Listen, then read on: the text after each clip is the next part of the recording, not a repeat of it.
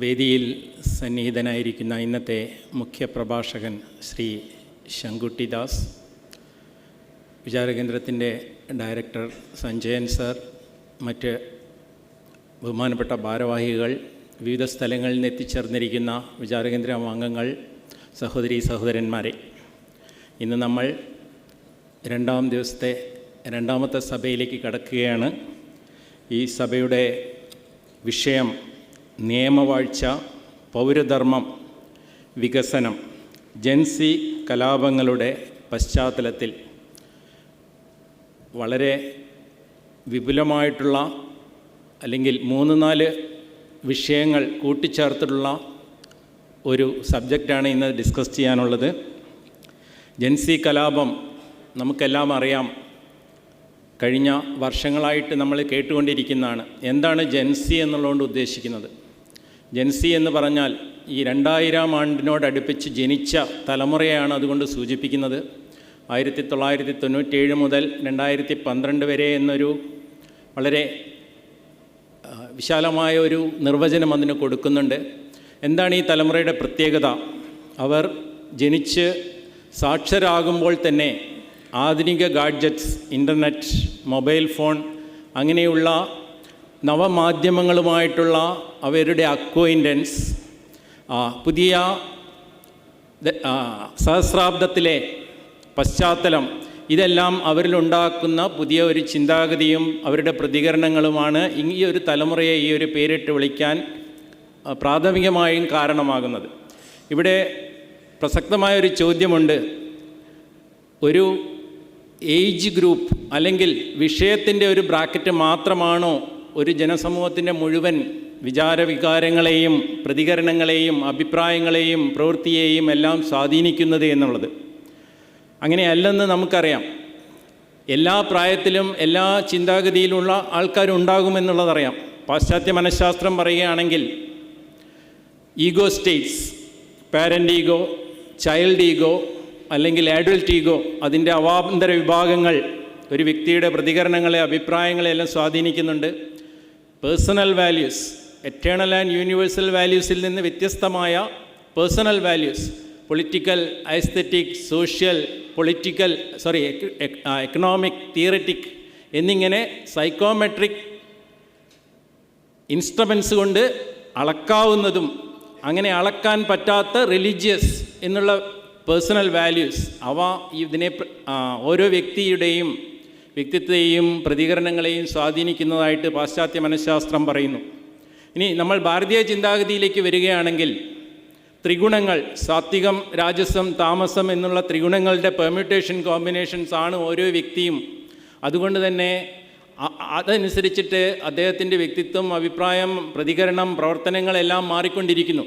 അപ്പോൾ ഇവിടെ ഒരു സാമാന്യവൽക്കരണം പ്രായത്തിൻ്റെ മാത്രം അടിസ്ഥാനത്തിൽ സാധ്യമല്ലെങ്കിൽ കൂടി അതിനെ ഈ തലമുറയ്ക്ക് പ്രത്യേകിച്ചും അവർ ആദർശത്തിൻ്റേതായിട്ടുള്ള ഒരു പശ്ചാത്തലത്തിൽ, പരിപ്രേക്ഷ്യത്തിലായിരിക്കും അവരുടെ ജീവിതത്തിൻ്റെ തുടക്കം എന്നുള്ളത് കൊണ്ട് അനുഭവങ്ങളുടെ ഒരു ടാമ്പറിങ് അത് പിന്നെയായിരിക്കും വരിക എന്നുള്ളത് കൊണ്ട് അവർക്കൊരു പ്രത്യേക സ്വഭാവം ഉണ്ട് എന്ന് നമുക്ക് കരുതാം. ആ സാമാന്യവൽക്കരണത്തിന് ശരിയല്ല എന്നുള്ളതിന് ഏറ്റവും നല്ല ഉദാഹരണമാണ് നമ്മുടെ ഇന്നത്തെ പ്രഭാഷകൻ. അദ്ദേഹത്തിന് ഈ ജൻസി എന്ന് പറയുന്നതായിട്ട് വലിയ വ്യത്യാസമൊന്നുമില്ല. He so young. അപ്പോൾ ഈ ജൻസിയുടെ ഈ നൂറ്റാണ്ടിൽ എന്നുള്ള ഒരു കാര്യം മാറ്റി വെച്ച് കഴിഞ്ഞാൽ അതേ ഏജ് ഗ്രൂപ്പിൻ്റെ മൂവ്മെൻറ്റ്സ് ഇതിനു മുമ്പ് ഉണ്ടായിട്ടുണ്ട്. ഉദാഹരണത്തിന് ഭാരതത്തിൻ്റെ കാര്യം എടുക്കുകയാണെങ്കിൽ 79 മുതൽ 85 വരെ ആസാമിൽ നടന്ന വിദ്യാർത്ഥി പ്രക്ഷോഭം നമുക്കെല്ലാം ഓർമ്മയുണ്ടാകും. All Assam students union, all Assam Gana Sangram Parishad തുടങ്ങിയവയുടെ നേതൃത്വത്തിൽ പ്രഫുല്ലകുമാർ മൊഹന്ത, ഭൃഗുകുമാർ ഫുക്കൻ എന്നിവർ നേതൃത്വം നൽകിയ ഒരു വിദ്യാർത്ഥി പ്രക്ഷോഭം അവിടെ അലയടിച്ചു. മുഖ്യമായും പൗരത്വ പ്രശ്നമായിരുന്നു അതിൻ്റെ കാതൽ. ആ പ്രക്ഷോഭം ആസാം അക്കോർഡിൽ അവസാനിക്കുകയും അവർ ആസാം ഗണപരിഷത്ത് എന്ന് പറഞ്ഞൊരു രാഷ്ട്രീയ പാർട്ടി ഉണ്ടാക്കി അധികാരത്തിൽ വരികയും ചെയ്തെങ്കിലും സ്ഥായിയായ കാതലായ എന്തെങ്കിലും മാറ്റങ്ങൾ ആ പിന്നോക്ക സംസ്ഥാനത്തിന് വരുത്തുവാൻ സാധിച്ചതായിട്ട് ചരിത്രം രേഖപ്പെടുത്തുന്നില്ല. ആ മൂവ്മെൻറ്റ് ആ ഭരണത്തോടുകൂടെ കാലയവനികയ്ക്കുള്ളിൽ മറയുകയാണ് ചെയ്തത്. അതിനുശേഷമാണ് ചൈനയിൽ 1989 നമുക്കറിയാം ടിയാനമെൻ സ്ക്വയറിൽ യുവജനങ്ങൾ ജനാധിപത്യാവകാശങ്ങൾക്ക് വേണ്ടി നടത്തിയിട്ടുള്ള പ്രക്ഷോഭം, അതും ടാങ്കുകൾ കൊണ്ട് ചവിട്ടി അരയ്ക്കപ്പെടുകയാണ് ചെയ്തിട്ടുള്ളത്. അതിനുശേഷം ഈ നൂറ്റാണ്ടിലേക്ക് വരുമ്പോൾ നമുക്ക് അടുത്ത കാലത്ത് കെനിയ, ശ്രീലങ്ക, നേപ്പാൾ, ബംഗ്ലാദേശ്, ഇങ്ങനെ പല സ്ഥലങ്ങളിലും ഈ യുവജനങ്ങളുടെ, നേരത്തെ സൂചിപ്പിച്ച ആ ജൻസി എന്ന് വിളിക്കപ്പെടുന്ന യുവജനങ്ങളുടെ പ്രക്ഷോഭത്തിൻ്റെ അലയൊടികൾ കാണാനിടയായി എന്ന് മാത്രമല്ല, അത് പല ഭരണകൂടങ്ങളും നിലംപതിക്കുന്നതിനും അവിടെ പുതിയ വ്യവസ്ഥകൾ നിലവിൽ വരുന്നതിനും ആയിട്ടുണ്ട്. അപ്പോൾ ഈ രീതിയിലുള്ള ഒരു കലാപങ്ങൾ അല്ലെങ്കിൽ മൂവ്മെൻറ്റ്സ് ഉയർന്നു വരുന്നത് എന്തുകൊണ്ടാണ് എന്ന് നമ്മൾ ചിന്തിച്ചു കഴിഞ്ഞാൽ നമുക്കറിയാം, അവരുടെ ആശയാഭിലാഷങ്ങൾ പൂർത്തീകരിക്കുന്നതിൽ ഭരണകൂടങ്ങൾക്ക് അല്ലെങ്കിൽ സമൂഹത്തിന് വരുന്ന ആ ഒരു ഷോർട്ട് കമ്മിങ്സ്, ആ ഡെഫിസിറ്റാണ് ഇതിലേക്ക് നയിക്കുന്നത് എന്ന് കാണാം. ഇവിടെ ഒരു കാര്യമുണ്ട്, അതിനെ വികസനവുമായിട്ടും പൗരധർമ്മവുമായിട്ടും ഒക്കെ നമ്മൾ ബന്ധപ്പെടുത്തുമ്പോൾ നമുക്ക് മനസ്സിലാവുന്നത് എന്താണ് വികസനം, പുരോഗതി. നമ്മൾ ഇന്നലെ ഇവിടെ ഒരു സെഷനിൽ ഉദ്ഘാടകൻ പറയുകയുണ്ടായി, തേന തിക്തേന ഭുഞ്ചിത. എപ്പോഴാണ് ഒരു സമൂഹം സമൃദ്ധമാകുന്നത്? എല്ലാവരും എടുക്കുന്നതിലേറെ കൊടുക്കുമ്പോൾ സമൂഹം സമൃദ്ധമാകുന്നു. എല്ലാവരും കൂടുതൽ എടുക്കുകയും കൊടുക്കുന്നത് കുറയുകയും ചെയ്യുമ്പോൾ സമൂഹം ദരിദ്രമാകുന്നു. ഇതാണ് വികസനത്തിൻ്റെ അടിസ്ഥാനമായിട്ടുള്ള ഏറ്റവും ലളിതമായിട്ടുള്ളൊരു തത്വം. അപ്പോൾ അത് സംഭവിക്കുന്നുണ്ടോ എന്നുള്ളത്. പിന്നെ രണ്ടാമത്തത് നമ്മുടെ സ്ട്രഗിൾ, സമരത്തെ പറ്റിയുള്ള നമ്മുടെ കാഴ്ചപ്പാട് എന്താണ്? ഈ സമരം എന്നുള്ളത് പല രീതിയിൽ പോസിറ്റീവായിട്ട് നെഗറ്റീവായിട്ട് അതിൻ്റെ ഇടയിലുള്ള ഗ്രേ ഏരിയയിൽ ഒക്കെ നമുക്ക് കാണാൻ പറ്റും. തനിക്ക് വേണ്ടിയുള്ള കാര്യങ്ങൾ എല്ലാം തൻ്റെ മുന്നിൽ എത്തിക്കേണ്ടത് മറ്റാരുടെയോ കർത്തവ്യമാണ്, അല്ലെങ്കിൽ തൻ്റെ ദുരിതാവസ്ഥയ്ക്കുള്ള കാരണം മുഴുവൻ മറ്റാരോ ആണ് എന്ന ഒരു ചിന്താഗതി വരികയും അതിനെതിരെയുള്ള പ്രക്ഷോഭം സമരമായിട്ട് വരികയും ചെയ്യുന്നു. അതേസമയം സമരത്തെ ഒരു ധനാത്മകമായ രീതിയിൽ കാണുകയാണെങ്കിൽ നമ്മൾ ജീവിതത്തിൽ മുന്നേറാൻ വേണ്ടി, സർവൈവ് ചെയ്യാൻ വേണ്ടി നമ്മൾ എടുക്കുന്ന എല്ലാ എഫേർട്സും അതാണ് യഥാർത്ഥത്തിലുള്ള സമരമെന്നും ആ സമരത്തിൽ ശരിയായ ദർശനത്തിൻ്റെയും ശരിയായ നേതൃത്വത്തിൻ്റെയും കൂടെ നമ്മൾ മുന്നോട്ട് പോവുകയാണെങ്കിൽ ആ വിജയം വരിക്കാൻ നമ്മളെ സഹായിക്കുന്നതാണ് ജീവിത സമരം. അങ്ങനെ അതിനൊരു പോസിറ്റീവായിട്ടുള്ള രീതിയിലും നമുക്കതിനെ കാണാൻ പറ്റും. ഇതിൻ്റെ ഇടയിൽ പലതും ഉണ്ടാകും. അപ്പോൾ ഇവിടെയുള്ള കാര്യം എന്താൽ, നേതൃത്വം എന്നുള്ളത് പ്രധാനമാണ്, ദർശനം എന്നുള്ളത് പ്രധാനമാണ്, നേതൃത്വത്തിന് ജനതയോടുള്ള പ്രതിബദ്ധത എന്നുള്ളത് പ്രധാനമാണ്. ഇതെല്ലാം നല്ല രീതിയിൽ സംഭവിക്കുകയാണെങ്കിൽ അത് വളരെ പോസിറ്റീവായിട്ടുള്ള ഫലങ്ങളിലേക്ക് വരുന്നു. പക്ഷേ നേതൃത്വം, ദർശനം, പ്രതിബദ്ധത ഇവയ്ക്കെല്ലാം തന്നെ ഈ പറഞ്ഞ ആദർശാത്മകമായിട്ടുള്ള ഒരു കാര്യമുണ്ടാകുന്നില്ലെങ്കിൽ അത് സംഭവിക്കുന്നില്ല. അപ്പോൾ അത് പ്രതിഷേധത്തിലേക്കും കലാപത്തിലേക്കും എത്തിച്ചേരുന്നു എന്നുള്ളതാണ് നമുക്ക് കാണാൻ പറ്റുന്നത്. പക്ഷേ ഈ വിഷയങ്ങൾ എല്ലാം കണക്ട് ചെയ്തിട്ട് ഈ ഒരു മണിക്കൂറിനുള്ളിൽ സംസാരിക്കുക എന്നുള്ളത് വലിയൊരു വെല്ലുവിളിയാണ്. ആ വെല്ലുവിളി എങ്ങനെയാണ് നമ്മുടെ നമുക്കിന്ന് ഈ വിഷയത്തിൽ സംസാരിക്കാൻ കിട്ടാവുന്ന ഏറ്റവും നല്ല പ്രഭാഷകനെയാണ് നമുക്ക് കിട്ടിയിട്ടുള്ളത്. BJPയുടെ ഇൻ്റലക്ച്വൽ സെല്ലിൻ്റെ കൺവീനറും ഇന്ന് കേരളത്തിലെ ബൗദ്ധിക മണ്ഡലത്തിൽ നക്ഷത്രശോഭയോടുകൂടി തിളങ്ങി നിൽക്കുന്ന വ്യക്തിയുമായിട്ടുള്ള ശ്രീ ശങ്കുട്ടി ദാസ് ഈ വെല്ലുവിളിയെ, അതായത് ഈ ഒരു ചുരുങ്ങിയ സമയത്തിൽ ഇത്രയും വിപുലമായ വിഷയങ്ങളെ എങ്ങനെയാണ് സംയോജിപ്പിക്കുന്നത് എന്നറിയാനുള്ള ആകാംക്ഷ നിങ്ങളെപ്പോലെ എനിക്കുമുണ്ട്. ഈ ആകാംക്ഷയോടുകൂടി ഈ വേദി അദ്ദേഹത്തിന് വിട്ടുകൊടുക്കുന്നു. Thank you. സദാശിവസമാരംഭാം ശങ്കരാചാര്യമധ്യമാം അസ്മദാചാര്യപര്യന്താം വന്ദേ ഗുരുപരമ്പരാം. ആദരണീയനായ യോഗത്തിൻ്റെ അധ്യക്ഷൻ, വിചാരകേന്ദ്രത്തിൻ്റെ 43ാം വാർഷിക സമ്മേളനത്തിൽ പങ്കെടുക്കാനായി ഇവിടെ എത്തിച്ചേർന്നിട്ടുള്ള പ്രതിനിധികളെ, വിചാരകേന്ദ്രത്തിൻ്റെ പ്രവർത്തകരെ, പ്രിയപ്പെട്ടവരെ, ഏറെ സന്തോഷവും വലിയ അഭിമാനവും നിറഞ്ഞ ചാരിതാർത്ഥ്യവുമുണ്ട് ഇങ്ങനെയൊരു വേദിയിൽ വരാനും നിങ്ങൾക്ക് മുന്നിൽ ഇങ്ങനെ നിൽക്കാനും ഈ ഒരു വിഷയം സംസാരിക്കാനും സാധിച്ചതിൽ. ഭാരതീയ വിചാരകേന്ദ്രത്തിൻ്റെ ഒരു വേദിയിലേക്ക് വരുന്നത് എന്നെ സംബന്ധിച്ചിടത്തോളം വീട്ടിലേക്ക് മടങ്ങി വരുന്നത് പോലെയുള്ളൊരു അനുഭവമാണ്. ഭാരതീയ വിചാരകേന്ദ്രത്തിൻ്റെ ഒരു ഉൽപ്പന്നമാണ് ഞാനും. ശങ്കുട്ടി ദാസ് എന്ന ഒരു രാഷ്ട്രീയ മനുഷ്യനെ നിർമ്മിക്കുന്നതിൽ ഏറ്റവും നിർണായകമായിട്ടുള്ള പങ്കാളിത്തം വഹിച്ചിട്ടുള്ള ഒരു സംഘടനയാണ് ഭാരതീയ വിചാര കേന്ദ്രം. അതുകൊണ്ടാവാം ഒരുപക്ഷെ ഒരു ഗുരുവന്ദനത്തോടു കൂടിയാണ് ഈ സെഷൻ തുടങ്ങേണ്ടത് എന്ന് എനിക്ക് തോന്നിയത്. സാധാരണഗതിയിൽ നമ്മുടെ അക്കാഡമിക് സെഷനുകളിലൊന്നും അങ്ങനെയുള്ളൊരു പ്രാർത്ഥനയോ സ്മരണയോ ഉണ്ടാവാറില്ല. ഒരേ സമയം രാഷ്ട്രീയ പ്രസംഗവേദികളിലും ഈ ആധ്യാത്മിക പ്രസംഗവേദികളിലുമൊക്കെ പോകുന്ന ഒരാളായതുകൊണ്ട് വേദി മാറിയതാണോ എന്ന് നിങ്ങൾക്ക് ആർക്കെങ്കിലും സംശയം തോന്നുമോ എന്ന ആശങ്ക എനിക്കുണ്ടായിരുന്നു. പക്ഷേ പരമേശ്വർജി എന്ന് പറയുന്ന ആ മഹാമനുഷ്യനെ ഓർമ്മിക്കാതെ ഈ ഒരു സഭയിൽ ഒരു വാക്കുപോലും ആരംഭിക്കാൻ പാടില്ലെന്നുള്ള ബോധ്യത്തിൽ നിന്നാണ് ഞാനങ്ങനെ തുടങ്ങുന്നത്. എന്നോട് സംസാരിക്കാൻ ആവശ്യപ്പെട്ട വിഷയത്തിലേക്ക് കടക്കുന്നതിന് മുൻപ് ഒരു ചെറിയ സമയം കൊണ്ടൊരു വ്യക്തിപരമായിട്ടുള്ളൊരു അനുഭവം പങ്കുവയ്ക്കണം എന്ന് വിചാരിക്കുകയാണ്. 2007 മുതൽ 2012 വരെയുള്ള കാലത്ത് തിരുവനന്തപുരം ഗവൺമെൻറ് ലോ കോളേജിൽ LLB പഠിച്ചിട്ടുള്ള വിദ്യാർത്ഥിയാണ് ഞാൻ. 17 വയസ്സിൽ മലപ്പുറം ജില്ലയിലെ പൊന്നാനിയിൽ നിന്ന് തിരുവനന്തപുരത്തേക്ക് പോകുന്ന എനിക്ക് യാതൊരു രാഷ്ട്രീയവും ഉണ്ടായിരുന്നില്ല.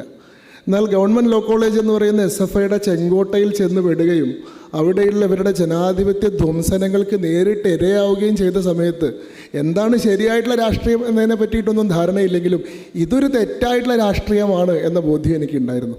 ഇതല്ല ശരിയായിട്ടുള്ള രാഷ്ട്രീയം, ഇതിനെതിരെ പ്രവർത്തിക്കേണ്ടത് നമ്മുടെ ബാധ്യതയാണ് എന്നൊരു തിരിച്ചറിവുണ്ടായിരുന്നു.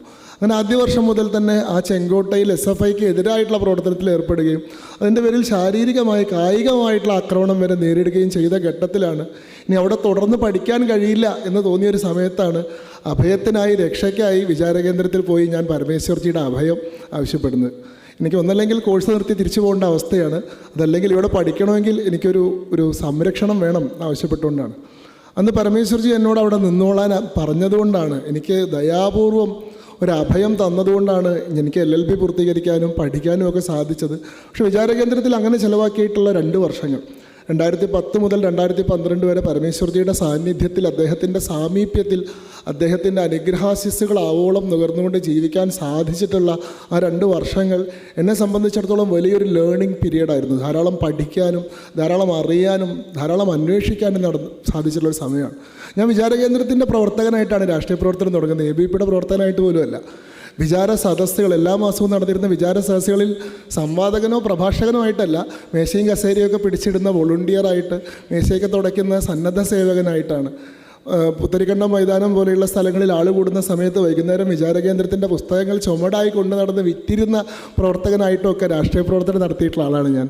അങ്ങനെയുള്ള എന്നെ സംബന്ധിച്ചിടത്തോളം വിചാരകേന്ദ്രത്തിൻ്റെ സംസ്ഥാന സമ്മേളന വേദിയിൽ ഇവിടെ വന്നിട്ടൊരു വിഷയം അവതരിപ്പിക്കാൻ സാധിക്കുക എന്ന് പറയുന്നത് വലിയൊരു ഭാഗ്യമായിട്ടും വലിയൊരു പുണ്യമായിട്ടുമാണ് കണക്കാക്കുന്നത്. അതിന് പരമേശ്വർജിയുടെ സ്മരണയ്ക്ക് മുമ്പിൽ സാദര നമസ്കാരം ചെയ്തുകൊണ്ട് തുടങ്ങുകയാണ്. എന്നോട് ഇന്നിവിടെ സംസാരിക്കാൻ ആവശ്യപ്പെട്ട വിഷയം ബഹുമാന്യനായിട്ടുള്ള അധ്യക്ഷൻ സൂചിപ്പിച്ചതുപോലെ വളരെ പരന്നതും വ്യാപ്തിയുള്ളതും വിശാലവുമായിട്ടുള്ളൊരു വിഷയമാണ്.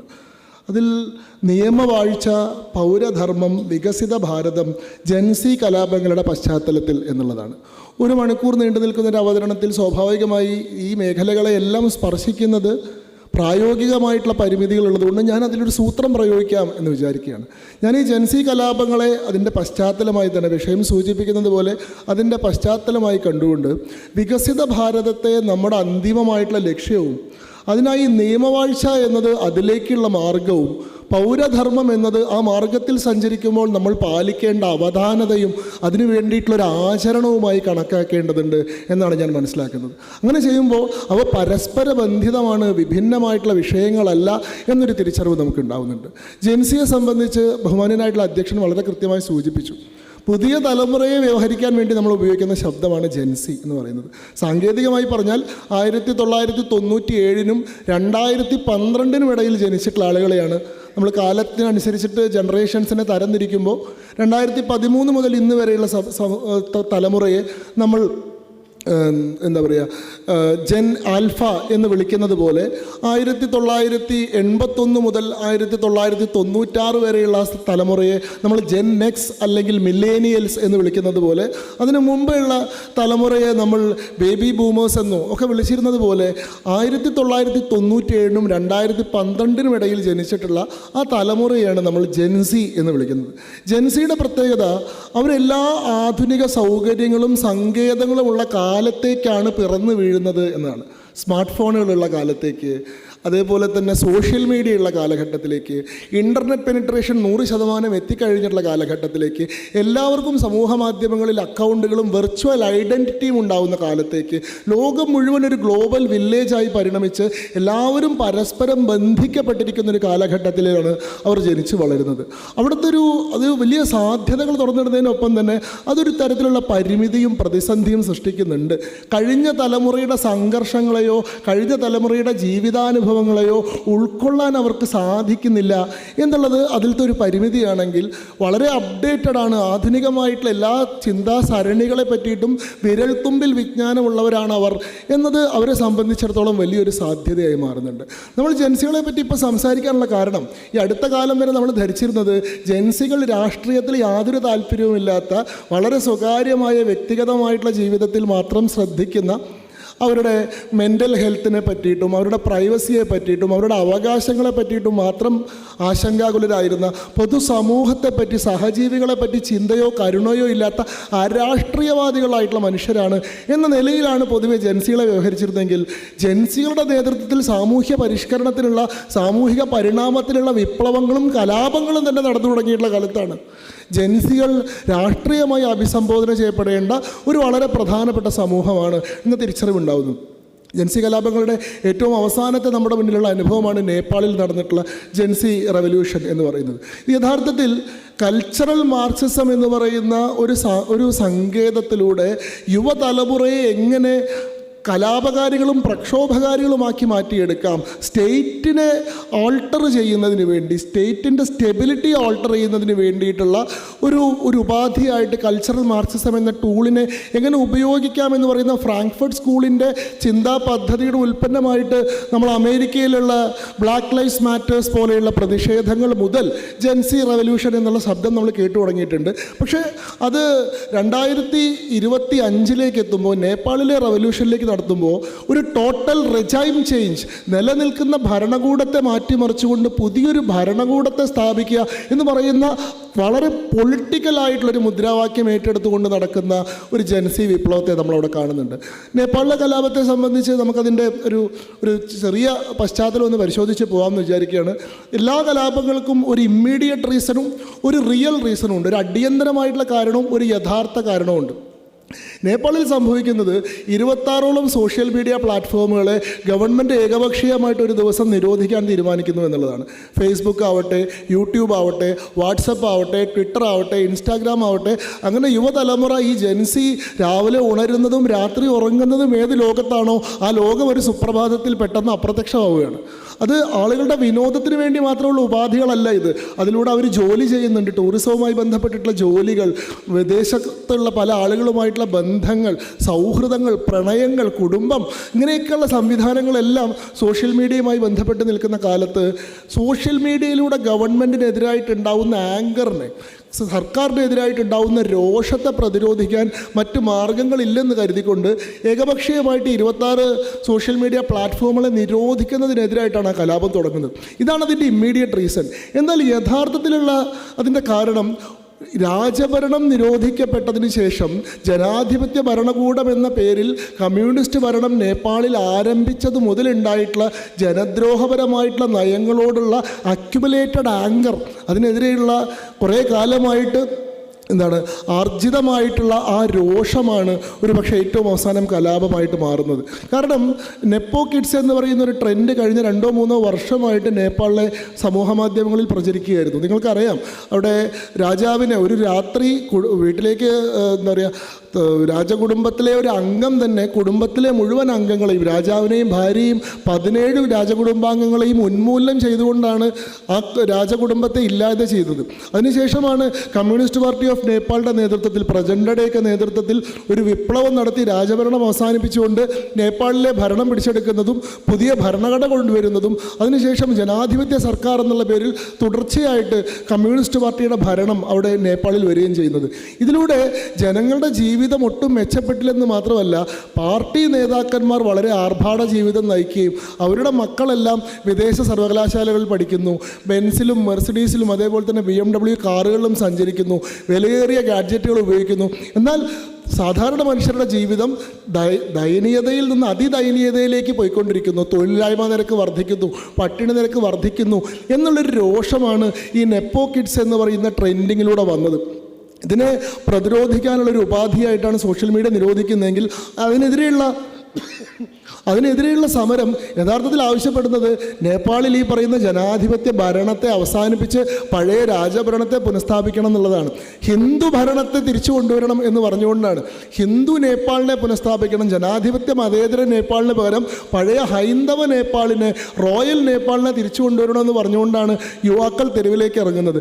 അതിനെ അങ്ങനെ തന്നെ പറയുന്നതിൽ ബുദ്ധിമുട്ടുള്ളത് കൊണ്ടാണ് നമ്മുടെ മാധ്യമങ്ങൾ അതിനെ ജൻസി കലാപം എന്ന പേരിൽ മാത്രം പറയുന്നത്. അതിനുശേഷം നമ്മൾ കണ്ടിട്ടുള്ള ജൻസി കലാപം ബംഗ്ലാദേശിൽ നടന്നിട്ടുള്ള കലാപമാണ്.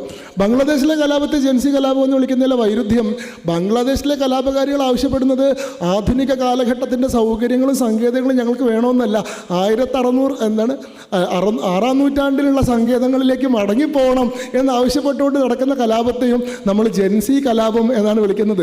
ബംഗ്ലാദേശിൽ ഇസ്ലാമിക ഭരണം, സമ്പൂർണ്ണാർത്ഥത്തിലുള്ള ഇസ്ലാമിക ഭരണം കൊണ്ടുവരണം, ശരിയാ നിയമം സ്ഥാപിക്കണം, മതന്യൂനപക്ഷങ്ങൾക്ക് ജീവിക്കാനുള്ള അവകാശം തന്നെ നിഷേധിക്കണം, മുസ്ലിങ്ങളല്ലാത്ത ആരും നേപ്പാളിൽ ജീവിക്കാൻ പാടില്ല എന്ന് പറഞ്ഞുകൊണ്ട് ജമാഅത്തെ ഇസ്ലാമിയുടെ നേതൃത്വത്തിൽ ഹിന്ദുക്കളെ തെരഞ്ഞു പിടിച്ച് ഉന്മൂലനം ചെയ്യുകയും ഹിന്ദു ക്ഷേത്രങ്ങളെ തകർക്കുകയും 632 AD സ്ഥാപിക്കപ്പെട്ടിട്ടുള്ള ആ മതനിയമത്തിലേക്ക് മടങ്ങിപ്പോകണമെന്ന് പറഞ്ഞ് നടക്കുന്ന കലാപത്തെ ജൻസി കലാപം എന്ന് വിളിക്കുന്നത് എന്തൊരു വിരോധാഭാസമാണ് എന്നുള്ളത് നമ്മൾ കാണണം. പക്ഷേ ഇതിലെല്ലാം പൊതുവായി നമ്മൾ കാണുന്നൊരു സംഗതി, ലോകത്തെ എല്ലായിടത്തുമുള്ള യുവാക്കൾക്കിടയിൽ വലിയ അളവിൽ എസ്റ്റാബ്ലിഷ്മെൻറ്റിനെതിരായിട്ടുള്ള രോഷമുണ്ട്. ആ രോഷത്തെ സ്ഥാപിത താല്പര്യക്കാർക്ക് പല വിധത്തിൽ ഉപയോഗിക്കാൻ സാധിക്കുന്നുണ്ട്. അത് ഒരേ സമയം ഹിന്ദു ഭരണം വേണമെന്ന് പറയുന്ന ആളുകൾക്കും ആ ജൻസികളെ തങ്ങൾക്ക് അനുകൂലമായിട്ട് ഉപയോഗിക്കാൻ സാധിക്കുന്നുണ്ട്. ഇസ്ലാമിക ഭരണസ്ഥാപനം ആഗ്രഹിക്കുന്ന ആളുകൾക്കും അത് സ്ഥാപിക്കുന്നുണ്ട്. കൾച്ചറൽ മാർക്സിസത്തിൻ്റെ വക്താക്കൾക്കും അത് സാധിക്കുന്നുണ്ട്. ഏത് വിഭാഗത്തിനും തങ്ങളുടെ ആശയത്തിന് അനുകൂലമായിട്ട് ഉപയോഗിക്കാൻ സാധിക്കുന്ന വണ്ണത്തിലുള്ള അൺആൻസേർഡ് ആയിട്ടുള്ള ആങ്കർ, അഡ്രസ്സ് ചെയ്യപ്പെടാത്ത രോഷം യുവാക്കൾക്കിടയിൽ ഉണ്ടാവുന്നുണ്ട്. ആ രോഷത്തെ എങ്ങനെ ചാനലൈസ് ചെയ്യുന്നു, അതിൻ്റെ ഏത് മാർഗത്തിലേക്ക് നമ്മൾ തിരിച്ചുവിടുന്നു എന്നുള്ളതാണ് രാജ്യങ്ങളുടെ ഭാവിയെയും ഭാഗധേയത്തെയും നിർണ്ണയിക്കുന്ന ഏറ്റവും പ്രധാനമായിട്ടുള്ള ഘടകം. നമ്മുടെ പശ്ചാത്തലത്തിൽ നമ്മളത് ചിന്തിക്കാൻ, നമ്മൾ ഈ പ്രശ്നത്തെ അഭിസംബോധന ചെയ്യാനുള്ള ഏറ്റവും പ്രധാനമായ കാരണം, നേപ്പാളിലാവട്ടെ ബംഗ്ലാദേശിലാവട്ടെ മറ്റ് രാജ്യങ്ങളിലാവട്ടെ, ഏറ്റവും അവസാനം വെനസ്വേലയിൽ നടന്നുകൊണ്ടിരിക്കുന്ന പ്രകടനങ്ങൾ നമ്മൾ കണ്ടുകൊണ്ടിരിക്കുന്നുണ്ട്. ഹ്യൂഗോ ഷാവേസിന് ശേഷം വന്നിട്ടുള്ള നിക്കോളാസ് മദൂറോക്കെതിരെ നടക്കുന്ന പ്രതിഷേധങ്ങളും കഴിഞ്ഞ ദിവസം അവിടെ ഉണ്ടായിട്ടുള്ള US ഇൻ്റർവെൻഷനും നമ്മൾ കണ്ടിട്ടുള്ളതാണ്. ഇങ്ങനെ നടക്കുന്ന ലോകത്തിൻ്റെ പല ഭാഗങ്ങളിൽ നടക്കുന്ന ഈ കലാപങ്ങളുടെ ഒരു മാതൃക ഇന്ത്യയിൽ എന്തുകൊണ്ട് ആവർത്തിച്ചുകൂടാ എന്ന് ആഗ്രഹിക്കുന്ന ഒരു ഭരണ നേതൃത്വം ഇന്ത്യയിൽ ഉണ്ടായിട്ട് വരുന്നുണ്ട്. ഭരണ നേതൃത്വമല്ല, രാഷ്ട്രീയ നേതൃത്വം. അതായത് സാമ്പ്രദായികമായിട്ടുള്ള ജനാധിപത്യ പ്രക്രിയയിലൂടെ ആളുകൾ വോട്ട് ചെയ്ത് സർക്കാരിനെ തിരഞ്ഞെടുക്കുക എന്ന് പറയുന്ന ഭരണഘടനാപരമായിട്ടുള്ള സംവിധാനത്തിലൂടെ തങ്ങൾക്കിനി ഒരിക്കലും ഭരണത്തിലേക്ക് മടങ്ങി വരാൻ സാധിക്കില്ലെന്ന് തിരിച്ചറിഞ്ഞിട്ടുള്ള ആളുകൾ ഒടുവിൽ ഭരണം പിടിക്കാനുള്ള ഏറ്റവും അവസാനത്തെ മാർഗമായിട്ട് കലാപത്തെ, സായുധ വിപ്ലവത്തെ, ജൻസികളുടെ തെരുവ് കയ്യേറ്റത്തെ കാണുകയും അവർ വളരെ ബോധപൂർവം വൈദേശിക അജണ്ടകൾ പേർന്ന് ഇന്ത്യാവിരുദ്ധമായിട്ടുള്ള പ്രഖ്യാപിത നിലപാടുകളുള്ള വിദേശ ശക്തികളുമായി കൈകോർത്തുകൊണ്ട് വളരെ പരസ്യമായി ജൻസികളോട് കലാപത്തിന് ആഹ്വാനം ചെയ്യുകയും ഒരു പക്ഷേ വളരെ ചെറിയ അളവിലെങ്കിലും ജമ്മു കാശ്മീരിൽ ചേർന്നിട്ടുള്ള ലഡാക്ക് എന്ന് പറയുന്ന സ്ഥലത്ത് ഒരു ജൻസി കലാപത്തിനോട് ചേർന്ന ഒരു സാഹചര്യം സൃഷ്ടിച്ചെടുക്കാനൊക്കെ അവർക്ക് സാധിച്ചിട്ടുണ്ട്. അപ്പോൾ നമ്മുടെ രാജ്യത്തെ പ്രതിപക്ഷ നേതാവ് എന്ന് പറയുന്ന വളരെ പ്രധാനപ്പെട്ട ഉത്തരവാദിത്തത്തിൽ ഇരിക്കുന്ന ആൾ ഈ രാജ്യത്തിൻ്റെ സംവിധാനങ്ങളെ മുഴുവൻ വെല്ലുവിളിച്ചുകൊണ്ട് തിരഞ്ഞെടുപ്പ് കമ്മീഷനെ പോലെ, സർക്കാരിനെ പോലെ, കോടതിയെ പോലെ, സൈന്യത്തെ പോലെ ഈ രാജ്യത്തെ താങ്ങി നിർത്തുന്ന ജനാധിപത്യത്തിൻ്റെ എല്ലാ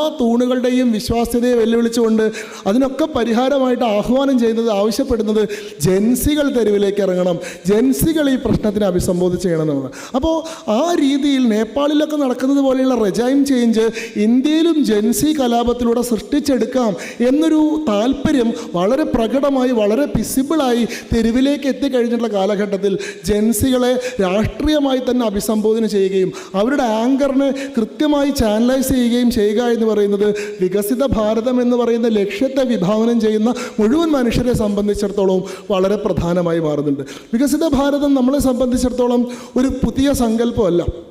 നമ്മുടെ പ്രാർത്ഥന തന്നെ പരം വൈഭവം നേതും ഏതത് സ്വരാഷ്ട്രം എന്നുള്ളതാണ്. എൻ്റെ രാഷ്ട്രത്തിൻ്റെ പരമമായിട്ടുള്ള വൈഭവത്തിന് വേണ്ടി തനവും മനവും ധനവും സമർപ്പിക്കാൻ തയ്യാറാണ് ഞാൻ എന്ന പ്രാർത്ഥനയാണ് നമ്മുടെ എല്ലാം രാഷ്ട്രീയം അടിസ്ഥാനപരമായി. എന്നാൽ വികസനം എന്നത് ആ ശബ്ദം കൊണ്ട് അർത്ഥമാക്കുന്നത് കേവലം സാമ്പത്തികമായിട്ടുള്ള വികസനത്തെ മാത്രമല്ല. വളർച്ചയും വികസനവും തമ്മിലുള്ള വ്യത്യാസം, വളർച്ച ഏതെങ്കിലും ഒരു ഭാഗത്തിൽ മാത്രം സംഭവിക്കുന്ന വികാസമാണെങ്കിൽ അത് നമ്മൾ വികസനം എന്ന് പറയുന്നത് അത് ഇവൻലി ഡിസ്ട്രിബ്യൂട്ടഡ് ആണ്, എല്ലായിടത്തേക്കും പ്രപ്പോർഷനേറ്റ്ലി ഡിസ്ട്രിബ്യൂട്ടഡ് ആണ് എന്നുള്ളതാണ്. ഗ്രോത്ത് എന്ന് പറയുന്നത് ഒരു sudden rise in a particular aspect മാത്രമാണെങ്കിൽ development is a holistic thing. അത് എല്ലാ മേഖലയും ഒരേപോലെ സ്പർശിക്കുന്ന സർവ്വതോന്മുഖിയായിട്ടുള്ള സർവാശ്ലേഷിയായിട്ടുള്ള പരിണാമമാണ്.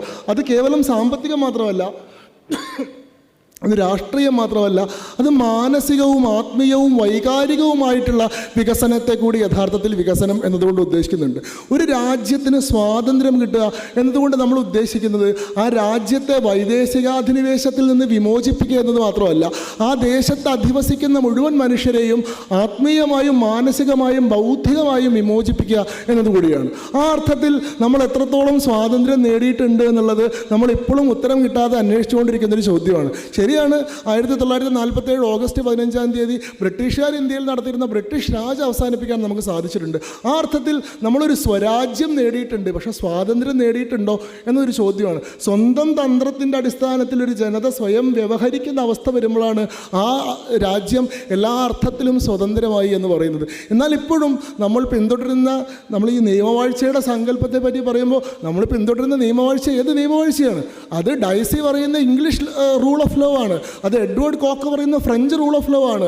അത് നമ്മുടെ ഭരണഘടനയിലേക്ക് ഇംഗ്ലീഷ് ഭരണഘടനയിൽ നിന്ന് അതേപോലെ അക്ഷരത്തിൽ പോലും വ്യത്യാസമില്ലാതെ കടമെടുത്തിട്ടുള്ള സങ്കേതമാണ് എന്ന് പറയുന്ന കാഴ്ചപ്പാട് നമ്മൾ കാണുന്നുണ്ട്. പാർലമെൻ്ററി ജനാധിപത്യം എന്ന് പറയുന്നത് നമ്മുടെ ജനാധിപത്യത്തിൻ്റെ മോഡൽ, അത് ഇന്ത്യൻ മോഡലല്ല നമ്മൾ കാണുന്നുണ്ട്. അതായത് നമ്മൾ വിദ്യാഭ്യാസം എന്ന് പറയുന്ന ഒരു ജനതയുടെ അഭിവൃദ്ധിക്ക് വേണ്ടി, പുരോഗതിക്ക് വേണ്ടി, അവരുടെ സ്വാതന്ത്ര്യത്തിന് വേണ്ടി ആശ്രയിക്കുന്ന ഏറ്റവും അടിസ്ഥാനപരമായിട്ടുള്ള ടൂള് പോലും നമ്മുടേതല്ല.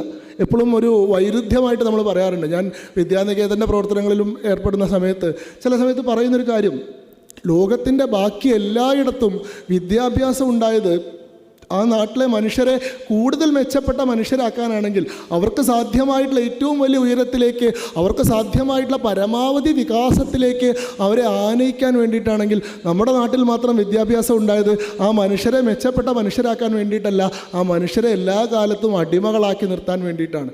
ഈ സമൂഹം ഒരു കാലത്തും സ്വന്തം കാലിൽ നിവർന്നു നിന്ന് തങ്ങളെ ചോദ്യം ചെയ്യുന്നില്ലെന്ന് ഉറപ്പുവരുത്താൻ വേണ്ടി കൊളോണിയൽ യജമാനന്മാർ അടിമയുടെ കഴുത്തിൽ അണിയിച്ചു കൊടുത്തിട്ടുള്ള ചങ്ങലയാണ് നമ്മളിപ്പോഴും ആധുനിക വിദ്യാഭ്യാസം എന്ന് വിളിക്കുന്നത്. ഈ മാനുകളുടെ ചരിത്രം എഴുതാൻ നമ്മൾ സിംഹത്തിനെ ഏൽപ്പിച്ചാൽ ആ ചരിത്രം മാനുകളോട് എന്താണ് ചെയ്യുക എന്ന് പറയും.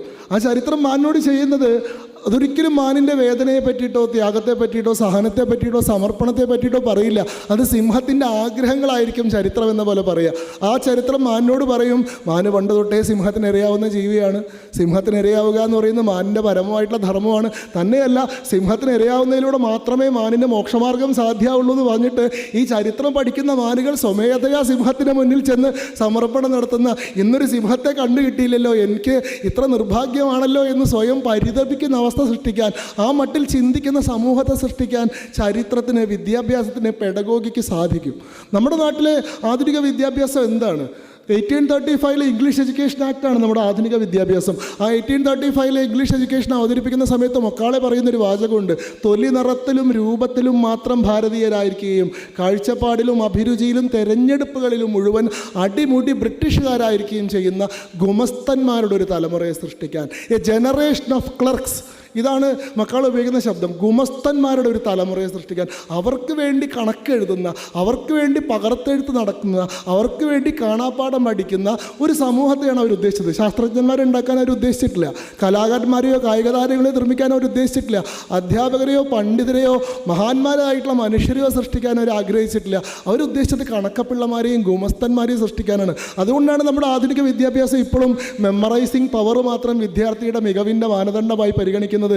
ഒരു പാഠപുസ്തകം എത്രത്തോളം കാണാതെ പഠിച്ച് ആവർത്തിക്കാൻ കഴിയുമെന്നതാണ് ഒരു വിദ്യാർത്ഥിയുടെ മെറിറ്റ് എന്ന് വിചാരിക്കുന്ന വിദ്യാഭ്യാസം നമ്മുടെ നാട്ടിൽ ഇപ്പോഴും നിലനിൽക്കുന്നത്. അവൻ്റെ നൈസർഗികമായിട്ടുള്ള ശേഷി എന്താണ്, അവൻ്റെ യുണീക്കായിട്ടുള്ള എബിലിറ്റി എന്താണ്, മറ്റുള്ളവരിൽ നിന്ന് അവനെ വ്യത്യസ്തനാക്കുന്ന വ്യതിരിക്തനാക്കുന്ന അവൻ്റെ നൈസർഗികമായിട്ടുള്ള സിദ്ധി എന്താണ്, ശേഷി എന്താണ് എന്ന് അന്വേഷിക്കുക പോലും ചെയ്യാതെ ഒരേ ഓട്ടമത്സരത്തിൽ എല്ലാവരെയും അണിനിരത്തിക്കൊണ്ട് അതിലാദ്യം എത്തുന്നവനാണ് വിജയി എന്ന് പറയുന്ന വിദ്യാഭ്യാസം നമ്മുടെ നാട്ടിലുണ്ടായത് അങ്ങനെയാണ്. യഥാർത്ഥത്തിൽ വികസനം എന്ന് പറയുന്ന സങ്കല്പം എന്ന് പറയുന്നത് ഒരു രാജ്യത്തിൻ്റെ സർവതന്ത്രമായിട്ടുള്ള സ്വതന്ത്രതയാണ്. സ്വന്തം പൈതൃകത്തിൽ, സ്വന്തം വേദികളിൽ, സ്വന്തം സ്വത്വത്തിൽ, സ്വന്തം പൂർവികരുടെ ഗരിമയിൽ അഭിമാനിക്കുന്ന, പൈതൃകത്തിൽ ആത്മാഭിമാനം കൊള്ളുന്ന, തങ്ങളുടെ പഴയകാല പ്രൗഢിയിൽ അതിനെപ്പറ്റി ഒരു അഭിമാനബോധം പേറുന്നൊരു സമൂഹത്തെ സൃഷ്ടിക്കുക എന്നതുകൂടി ഒരു വികസിത ഭാരതത്തെ, ഒരു സ്വതന്ത്ര ഭാരതത്തെ സൃഷ്ടിക്കുക എന്ന് പറയുന്ന ലക്ഷ്യത്തിൽ വളരെ പ്രധാനമാണ്. അങ്ങനെ ഒരു രാജ്യം യഥാർത്ഥത്തിൽ ഉണ്ടാവേണ്ടത് എന്തിനാണ്? അങ്ങനെ ഒരു രാജ്യം ഉണ്ടാവേണ്ടത് യഥാർത്ഥത്തിൽ ലോകത്തിൻ്റെ നന്മയ്ക്ക് വേണ്ടിയിട്ടാണ്, ഭാരതത്തിൻ്റെ നന്മയ്ക്ക് വേണ്ടിയിട്ടല്ല. നമ്മുടെ ആ അടിസ്ഥാനപരമായിട്ടുള്ള സങ്കല്പം വിഭാവനം ചെയ്യുന്നത് ഓരോ രാഷ്ട്രത്തിനും ഈ ലോകക്രമത്തിലൊരു നിയോഗം നിറവേറ്റാനുണ്ട് എന്നുള്ളതാണ്. ഈ രാജ്യം എന്ന് പറയുന്നത് കേവലം ഒരു കഷ്ണം ഭൂഖണ്ഡം മാത്രമല്ല, അത് യഥാർത്ഥത്തിൽ തൻ്റെതായിട്ടൊരു ചിതി പേറുന്ന ഈ രാഷ്ട്ര പദ്ധതി എന്ന് പറയുന്നത് ലോക പദ്ധതിയിൽ നിർണായകമായിട്ടുള്ളൊരു സ്ഥാനം വഹിക്കുന്ന, ലോകത്തിന് എന്തെങ്കിലും സംഭാവന ചെയ്യാനുള്ള ഒരു സ്പന്ദിക്കുന്ന ജീവചൈതന്യം തന്നെയാണ്. വളരെ ഭംഗിയായിട്ട് അടൽ ബിഹാരി വാജ്പേയി പറയുന്നുണ്ട്, ഏ രാഷ്ട്ര കോയി ധർത്തി കാ ടുക്കട നഹി ഹേ, ഏ ജീത്ത ജാഗ്ത രാഷ്ട്ര പുരുഷ ഹേ. ഇത് കേവലം ഒരു കഷ്ണം മണ്ണല്ല, ഇത് ജീവിക്കുന്ന സ്പന്ദിക്കുന്ന ഒരു രാഷ്ട്ര പുരുഷനാണ് എന്ന് പറയുന്നുണ്ട്. അതുതന്നെയാണ് ഭാരത് മാത എന്ന് പറയുന്ന സങ്കല്പത്തിൻ്റെ അടിസ്ഥാനം. ഈ ഭൂമി ഇത് കേവലം ഹിമാലയത്തിനും ഹിന്ദു മഹാസമുദ്രത്തിനും ഇടയിൽ കിടക്കുന്ന ഒരു ഭൂമിയുടെ സംഘാതമല്ല, ഇത് ജീവനുള്ള, സ്പന്ദനമുള്ള, ചൈതന്യമുള്ള ഒരു രാഷ്ട്രശക്തിയാണ്. അത് നമ്മളെയെല്ലാം പരിപാലിക്കുന്ന മാതൃശക്തി തന്നെയാണ്. ഇതൊരു ദേവതാഭൂമിയാണ്, ഇതൊരു ദിവ്യഭൂമിയാണ്, ഇതൊരു പുണ്യഭൂമിയാണ്. അത് നമുക്ക് എല്ലാവർക്കും ദേവിയായി ആരാധിക്കാവുന്ന മാതൃഭൂമിയാണ് എന്ന് പറയുന്ന സങ്കല്പം ഉണ്ടാവുന്നത് അങ്ങനെയാണ്. ആ സങ്കല്പത്തെയാണ് ദീൻദയാൽ ഉപാധ്യായ അദ്ദേഹത്തിൻ്റെ ഏകാത്മ മാനവ ദർശനത്തിൽ, അദ്ദേഹത്തിൻ്റെ ഇൻ്റഗ്രൽ ഹ്യൂമനിസം എന്ന് പറയുന്ന സങ്കല്പത്തിൽ അദ്ദേഹം പറയുന്നത് ഓരോ രാഷ്ട്രവും അതിൻ്റെ ചിതിയാലാണ് നിർമ്മിക്കപ്പെട്ടിരിക്കുന്നത്. അവിടുത്തെ പൊതുസമൂഹം ചെയ്യുന്ന സുകൃതികൾ ആ ചിതിയെ വർദ്ധിപ്പിക്കുകയും ആ സമൂഹം അനുഷ്ഠിക്കുന്ന ദുഷ്കൃതികൾ ആ ചിതിയെ സംഹരിക്കുകയും ചെയ്യുന്നു. പുരാതന ഗ്രീസിനെയും ഏതൻസിനെയും സംഹരിക്കുന്നതും അമേരിക്കയെയും ആധുനിക ലോകത്തെയും സൃഷ്ടിക്കുന്നതും അതിൻ്റെ ചിതിയാണ് എന്ന് ദീൻദയാൽ ഉപാധ്യായ പറയുന്നുണ്ട്. യഥാർത്ഥത്തിൽ ഇങ്ങനെയാണ് നമ്മളെ സംബന്ധിച്ചിടത്തോളം നിയമവാഴ്ചയുടെ സങ്കല്പത്തെ കൂടി നോക്കി കാണേണ്ടതുള്ളത്. എന്താണ് ലോകത്തുള്ള ഭാരതത്തിൻ്റെ ദൗത്യം? ലോകത്തിന് മുഴുവൻ ഗുരുവായി വിലസുക എന്നുള്ളതാണ് ഭാരതത്തിൻ്റെ ദൗത്യം. ഓരോ രാജ്യത്തിനും അതിൻ്റെ നിയോഗമുണ്ട്. വിവേകാനന്ദ സ്വാമികൾ പറയുന്നുണ്ടല്ലോ, the contrast of east versus the west. എന്താണ് കിഴക്കും പടിഞ്ഞാറും തമ്മിലുള്ള വൈരുദ്ധ്യം എന്നതിനെ സംബന്ധിച്ച് വിവേകാനന്ദ സ്വാമികൾ പറയുന്നുണ്ട്. അതായത് പടിഞ്ഞാറ് ആധ്യാത്മികതയിലേക്ക് കൂടുതൽ ഊന്നിയ സമയത്ത്, പടിഞ്ഞാറ് ബൗദ്ധികതയിലേക്ക് കൂടുതൽ ഊന്നിയ സമയത്ത് ഈ കിഴക്ക് ആധ്യാത്മികതയിലേക്കാണ് കൂടുതൽ ഊന്നിയത്. വളരെ സുന്ദരമായിട്ട് അദ്ദേഹം പറയുന്നൊരു കാര്യം, അവർ പുറത്തേക്ക് നോക്കിയപ്പോൾ നമ്മൾ അകത്തേക്കാണ് നോക്കിയത്. പുറത്തേക്ക് നോക്കിയവർ എന്താ കണ്ടത്? വലിയ നിർമ്മിതികൾ കണ്ടു, വലിയ കെട്ടിടങ്ങൾ കണ്ടു, വലിയ കൊളോസിയങ്ങൾ കണ്ടു, വലിയ മ്യൂസിയങ്ങളാക്കി മാറ്റാൻ കഴിയുന്ന വലിയ നിർമ്മാണങ്ങൾ കണ്ടു. അവിടെ വലിയ വലിയ അമ്പരചുംബികളായിട്ടുള്ള സൗധങ്ങളും ആലയങ്ങളും അവർ കെട്ടിപ്പൊക്കി. നമ്മൾ കെട്ടിപ്പൊക്കിയത് വലിയ കെട്ടിടങ്ങളല്ല, നമ്മൾ നോക്കിയത് പുറത്തേക്കുമല്ല, നമ്മൾ അകത്തേക്കാണ് നോക്കിയത്. ഉള്ളിൻ്റെ ആഴമാണ് നമ്മൾ കണ്ടത്. ആഴമുള്ള മനുഷ്യരെയാണ്, ഋഷിമാരെയാണ് നമ്മൾ സൃഷ്ടിച്ചത്. ഇവ തമ്മിലുള്ള പാരസ്പര്യത്തിലൂടെയാണ് ഈ ലോകം മുന്നോട്ട് പോകുന്നത്.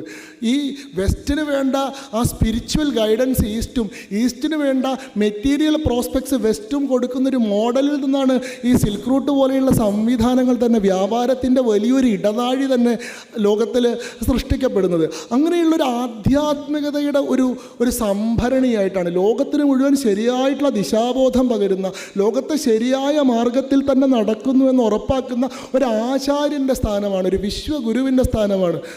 സ്വാമികളുടെ തന്നെ ഭാഷയിൽ പറഞ്ഞാൽ രത്നസിംഹാസനത്തിൽ സർവാഭരണ വിഭൂഷിതയായി പരലസിക്കുന്ന വിശ്വഗുരുവായിട്ടുള്ള ഭാരതാംബയാണ് ഇതിൻ്റെ അടിസ്ഥാനപരമായിട്ടുള്ള നമ്മുടെ നിയോഗം എന്ന് പറയുന്നത്. ആ നിയോഗത്തിൻ്റെ അടിസ്ഥാനത്തിൽ നമ്മൾ ഒരു രാഷ്ട്രം വികസിക്കുക എന്ന് പറഞ്ഞാൽ അതിൻ്റെ ബൗദ്ധികമായിട്ടുള്ള സങ്കേതങ്ങൾ വികസിപ്പിക്കുന്നത് മാത്രമല്ല, അതിൻ്റെ ആധ്യാത്മികമായിട്ടുള്ള പാരമ്പര്യത്തെ പരിപാലിക്കുന്നതും സംരക്ഷിക്കുന്നതും കൂടിയാണ്. ഒരേ സമയം ഔട്ട്വേർഡ്ലി ആൻഡ് ഇൻവേർഡ്ലി ആയിട്ടുള്ള ഡെവലപ്മെൻറ്റ് നമുക്ക് ഉണ്ടാവേണ്ടതുണ്ട്. ഇവിടെ പലപ്പോഴും വികസനം എന്ന് പറയുമ്പോൾ സംഭവിക്കുന്നൊരു പ്രശ്നം, വികസനം കേവലം അനുകരണമായി മാറുന്നു എന്നുള്ളതാണ്. വികസനത്തിൻ്റെ ചെറിയ മോഡലുകളെ നമ്മൾ കണ്ടുവച്ചിട്ടുണ്ട്. അമേരിക്ക ഒരു വികസിത രാഷ്ട്രമാണ്, അല്ലെങ്കിൽ വെസ്റ്റ് പൊതുവിൽ വികസിതമായിട്ടൊരു മോഡലാണ്. അതുകൊണ്ട് വികസിക്കുക എന്ന് പറഞ്ഞാൽ എന്താ, അവരെ അതേപടി പകർത്തുക എന്നുള്ളതാണ്. നമ്മൾ ഇന്ത്യയെ മറ്റൊരു അമേരിക്കയാക്കി മാറ്റുകയാണ് ഇന്ത്യ വികസിക്കുക എന്ന് പറയുന്നത് തീർത്തും തെറ്റായിട്ടുള്ള കാഴ്ചപ്പാടാണ്. ഒരാൾക്ക് അയാളുടെ എല്ലാ സവിശേഷതകളും നിലനിർത്തിക്കൊണ്ട് തന്നെ തനിക്ക് സാധ്യമായിട്ടുള്ള പരമാവധി മികവിലേക്ക് എത്തുന്നതിനെയാണ് നമ്മൾ വികസനം എന്ന് വിളിക്കുന്നത്. അല്ലാതെ അയാൾ ആൾമാറാട്ടം നടത്തി മറ്റൊരാളായി മാറുന്നതല്ല. ഞാൻ സുന്ദരനാവുക എന്ന് പറഞ്ഞു കഴിഞ്ഞാൽ എൻ്റെ ശാരീരികമായിട്ടുള്ള അവസ്ഥാവിശേഷങ്ങൾ കൊണ്ട് എനിക്ക് സാധ്യമായിട്ടുള്ള പരമാവധി സൗന്ദര്യത്തെ ഞാൻ പ്രസരിപ്പിക്കുക എന്നുള്ളതാണ്. അല്ലാതെ ഞാൻ മുഖം പ്ലാസ്റ്റിക് സർജറി ചെയ്തിട്ട് ഹെൻറി കാവിലിൻ്റെ മുഖമോ അല്ലെങ്കിൽ മോഹൻലാലിൻ്റെ മുഖമോ വെച്ച് പിടിച്ച് കഴിഞ്ഞാൽ അത് ഞാനാവില്ല, അത് സുന്ദരനായിരിക്കും, പക്ഷേ അതിന് എൻ്റെ അസ്തിത്വം ഉണ്ടാവില്ല എന്ന് പറയുന്ന പ്രതിസന്ധിയുണ്ട്. അപ്പോൾ കേവലം അനുകരണ ഭ്രമമായി വികസനം മാറുന്ന സമയത്താണ് വികസിത ഭാരതം എന്ന് പറയുന്ന സങ്കല്പത്തെ അതിൻ്റെ ഏറ്റവും അടിത്തറയിലുള്ള സൈദ്ധാന്തികമായിട്ടുള്ള പരിപ്രേക്ഷ്യം കൊണ്ട് തന്നെ തിരുത്തേണ്ടിയും, ആ വികസനം എന്ന് പറയുന്നത് പടിഞ്ഞാറിനെ അന്ധമായി അനുകരിക്കുന്ന വികസനമാവരുത്, അതുള്ള അവിടെ ജീവിക്കുന്ന മനുഷ്യരുടെ ആധ്യാത്മികവും ആത്മീയവും മാനസികവുമായിട്ടുള്ള വികസനമാണ്. അങ്ങനെ വികസിതരായിട്ടുള്ള മനുഷ്യർ ജീവിക്കുന്ന ഒരു ദേശമാണ് ഒരു വികസിത ഭാരതമായി മാറുന്നത്. അവിടെ കേവലം സാമ്പത്തികമോ സാങ്കേതികവുമായിട്ടുള്ള സന്നാഹങ്ങളുടെ ധാരാളിത്തമോ അതിപ്രസരമോ അല്ല, അവിടെ ജീവിക്കുന്ന മനുഷ്യരനുഭവിക്കുന്ന ആത്മാനന്ദത്തിലാണ് ഒരു രാഷ്ട്രത്തിൻ്റെ യഥാർത്ഥ വികസനം കുടികൊള്ളുന്നത് എന്ന കാഴ്ചപ്പാട് നമുക്ക് ഉണ്ടാവേണ്ടതുണ്ട്. അങ്ങനെ ഒരു വികസിത ഭാരതത്തെ ലോകത്തെ മുഴുവൻ നേർവഴിക്ക് നയിക്കാൻ പോകുന്ന ഗുരുസ്ഥാനിയായിട്ടുള്ള അതിൻ്റെ ആധ്യാത്മിക ദൗത്യം നിറവേറ്റുന്ന അതിൻ്റെ ചിതിയ സുകൃതി കൊണ്ട് പരിപോഷിപ്പിക്കുന്ന വിശ്വഗുരുവായിട്ടുള്ളൊരു ഭാരതത്തെ നിർമ്മിക്കാൻ നിയമവാഴ്ച നമ്മളെ സംബന്ധിച്ചിടത്തോളം വളരെ പ്രധാനമായിട്ടൊരു ഘടകമാണ്. നിയമവാഴ്ച ഇല്ലാത്തൊരു രാജ്യം അരാജകത്വത്തിലേക്ക് വീണുപോകും എന്നത് പ്രത്യേകം പറയേണ്ട കാര്യമില്ല. പക്ഷേ ആ നിയമവാഴ്ച എങ്ങനെയാവണം അതും വളരെ പ്രധാനമായിട്ട് കണക്കാക്കേണ്ട ഒരു സംഗതിയാണ്. നമ്മൾ പറയുന്ന റൂൾ ഓഫ് ലോ, നമ്മുടെ ഭരണഘടന പറയുന്ന റൂൾ ഓഫ് ലോ എന്ന് പറയുന്നത് ഞാൻ നേരത്തെ പറഞ്ഞതുപോലെ ഇംഗ്ലീഷ് ജൂറിസ്പ്രുഡൻസിൽ നിന്ന് മൈൻഡ്ലെസ്ലി ബോറോ ചെയ്തിട്ടുള്ള റൂൾ ഓഫ് ലോ ആണ്. അത് പറയുന്ന 3 തത്വങ്ങൾ equality before law, equal protection of law, fundamental rights എന്ന് പറയുന്ന 3 തത്വങ്ങളാണ്. എല്ലാവരും നിയമത്തിന് മുന്നിൽ തുല്യരാണ്, എല്ലാവരും നിയമത്തിന് താഴെ നിയമത്തിന് വിധേയരാണ്, എല്ലാവരും സ്റ്റേറ്റിൻ്റെ ഈ പറയുന്ന ആർബിട്രറി ആയിട്ടുള്ള തീരുമാനങ്ങളിൽ നിന്ന് രക്ഷപ്പെടാൻ അധികാരമുള്ള മൗലികാവകാശമുള്ള മനുഷ്യരാണ് എന്നുള്ളതാണ്. ഇവിടുത്തെ ഒരു ഏറ്റവും പ്രധാനമായിട്ടുള്ള വിമർശനമായിട്ട് ഡൈസിയുടെ ആവട്ടെ എഡ്വേർഡ് കോക്കിൻ്റെ ആവട്ടെ ഈ റൂൾ ഓഫ് ലോ സങ്കല്പത്തിനെതിരെ ആദ്യകാലം മുതൽ തന്നെ ഉയരുന്നൊരു വാദം, അത് വ്യക്തികളുടെ സ്വാതന്ത്ര്യത്തിന് കൂടുതൽ പ്രാമുഖ്യം കൊടുക്കുന്നതും മൗലികാവകാശങ്ങൾക്ക് കൂടുതൽ പ്രാമുഖ്യം കൊടുക്കുന്നതും രാഷ്ട്രത്തിൻ്റെ അല്ലെങ്കിൽ സ്റ്റേറ്റിൻ്റെ അധികാരത്തിന്, സ്റ്റെബിലിറ്റി ഓഫ് ദി സ്റ്റേറ്റ് എന്ന് പറയുന്ന സങ്കല്പത്തിന് പ്രാമുഖ്യം കുറയ്ക്കുകയും ചെയ്യുന്നതാണ്. നിങ്ങളൊന്ന് ശ്രദ്ധിച്ച് നോക്കിയാൽ കാണാം, നമ്മുടെ ഭരണഘടനയിലെ ഫണ്ടമെൻ്റൽ റൈറ്റ്സും ഡയറക്റ്റീവ് പ്രിൻസിപ്പിൾസ് ഓഫ് സ്റ്റേറ്റ് പോളിസിയും എപ്പോഴും സംഘർഷത്തിൽ ഏർപ്പെട്ടുകൊണ്ടിരിക്കുന്ന 2 സംഗതികളാണ്. ഇപ്പോൾ തമ്മിൽ എപ്പോഴും കോൺഫ്ലിക്റ്റിലാണ്. കാരണം ഫണ്ടമെൻ്റൽ റൈറ്റ്സ് വികസിക്കുന്ന സമയത്ത് സ്റ്റേറ്റിൻ്റെ അധികാരം കുറയും. അപ്പോൾ സ്റ്റേറ്റിന് പൊതുവായിട്ട് ഡയറക്റ്റീവ് പ്രിൻസിപ്പിൾസ് നടപ്പിലാക്കാനുള്ള അധികാരം, ഡയറക്റ്റീവ് പ്രിൻസിപ്പിൾസ് എന്ന് പറയുന്നത് ഭരണഘടനാ നിർമ്മാതാക്കൾ കൊടുത്തിട്ടുള്ള നിർദ്ദേശക തത്വങ്ങളാണ്. ഇപ്പം നടപ്പാക്കാൻ സാധിക്കില്ല, പക്ഷെ ഭാവിയിൽ നിങ്ങളൊരു നിയമം നടപ്പാക്കുന്ന സമയത്ത് മനസ്സിൽ സൂക്ഷിക്കേണ്ടതായിട്ടുള്ള ചില ഘടകങ്ങളുണ്ട് എന്ന് പറഞ്ഞുകൊണ്ട് കൊടുത്തിട്ടുള്ള സംഗതികളാണ്. അങ്ങനെ കൊടുത്തിട്ടുള്ള സംഗതികളിൽ പറയുന്ന പല സംഗതികളും, ഉദാഹരണത്തിന് യൂണിഫോം സിവിൽ കോഡ് നടപ്പാക്കാൻ വേണ്ടി ശ്രമിക്കണമെന്ന് പറയുന്നത് നിർദ്ദേശക തത്വമാണ്. പക്ഷേ ആ നിർദ്ദേശക തത്വം നടപ്പാക്കാൻ ശ്രമിക്കുമ്പോൾ അവിടെ വ്യക്തിഗതമായിട്ടുള്ള പേഴ്സണൽ റൈറ്റ്സിനെ പറ്റിയിട്ടും അതേപോലെ തന്നെ മതപരമായിട്ടുള്ള അവകാശങ്ങളെയും പറഞ്ഞുകൊണ്ട് അത് ആർട്ടിക്കിൾ 25 വയലേറ്റീവ് ആണെന്ന് പറഞ്ഞുകൊണ്ട് ഒരു രാജ്യത്തിൻ്റെ അവകാശത്തെ വ്യക്തിയുടെ സ്വാതന്ത്ര്യം പ്രതിരോധിച്ച് നിൽക്കുന്ന കാഴ്ച നമ്മൾ കാണുന്നുണ്ട്.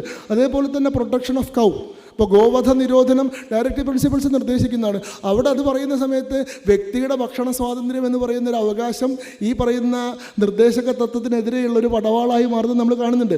എപ്പോഴും വ്യക്തിയുടെ അവകാശം വർദ്ധിക്കുന്ന സമയത്ത് എന്താണ് സംഭവിക്കുന്നത്? അവിടെ പൊതുസമൂഹത്തിൻ്റെ അവകാശം കുറയുകയാണ് ചെയ്യുന്നത്. ഒരാളും ഒരു ഒറ്റപ്പെട്ട ടെറിട്ടറി ആയിട്ട്, ഒരു സ്വന്തമായിട്ടൊരു എൻക്ലേവ് ആയിട്ട്, ഒരു ഏകാന്ത ദ്വീപായി മാറുകയും അവിടെ അയാളുടെ സ്വയംഭരണവും അയാളുടെ പരമാധികാരവും മാത്രം നടക്കുകയും ഗവൺമെൻറ്റിനോ സ്റ്റേറ്റിനോ നിയമ നിയമ സംവിധാനങ്ങൾക്കോ അവിടെ ഇൻ്റർഫറൻസിനുള്ള സാധ്യത വളരെ പരിമിതമാവുകയും ചെയ്യും. ഇവ തമ്മിലുള്ളൊരു ബാലൻസ് സൃഷ്ടിക്കുന്നതിൽ റൂൾ ഓഫ് ലോ എന്ന് പറയുന്ന സങ്കല്പം പരാജയമാണ്. അത് മനുഷ്യൻ്റെ വ്യക്തിയുടെ സ്വാതന്ത്ര്യത്തെയാണ്. ഒരു രാജ്യത്തിനുള്ളിൽ തന്നെ അനേകം സ്വതന്ത്ര പരമാധികാര വ്യക്തി രാഷ്ട്രങ്ങളെ നിർമ്മിക്കുകയാണ് യഥാർത്ഥത്തിൽ റൂൾ ഓഫ് ലോ ചെയ്യുന്നത് എന്നത് ആദ്യകാലം മുതൽ തന്നെ റൂൾ ഓഫ് ലോനെതിരെയുള്ള വിമർശനമാണ്. യഥാർത്ഥത്തിൽ വ്യക്തിയുടെ സ്വാതന്ത്ര്യം എന്ന് പറയുന്നത് സമൂഹത്തിൻ്റെ കളക്റ്റീവ് റൈറ്റ്സിന് മുന്നിൽ സറണ്ടർ ചെയ്യപ്പെടേണ്ടതാണ്.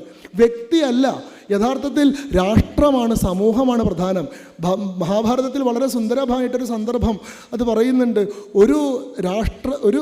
ഒരു വീടിന് വേണ്ടി ഒരു അംഗം, ഒരു ഗ്രാമത്തിന് വേണ്ടി ഒരു വീട്, ഒരു സംസ്ഥാനത്തിന് വേണ്ടി അല്ലെങ്കിൽ ഒരു പ്രദേശത്തിന് വേണ്ടിയിട്ട് ഒരു ഗ്രാമം, ഒരു രാഷ്ട്രത്തിന് വേണ്ടി ഒരു പ്രദേശം അത് ആഹൂതി ചെയ്യാൻ, ബലി കൊടുക്കാൻ തയ്യാറാവേണ്ടതുണ്ട് എന്നുള്ളതാണ്. അവിടെ വ്യക്തിക്ക് സ്വാതന്ത്ര്യമുണ്ട് എന്നുള്ളത് രാഷ്ട്രത്തിൻ്റെ പൊതുവായിട്ടുള്ളൊരു അവകാശത്തിനെതിരെ നിൽക്കാനുള്ള അവകാശമല്ല.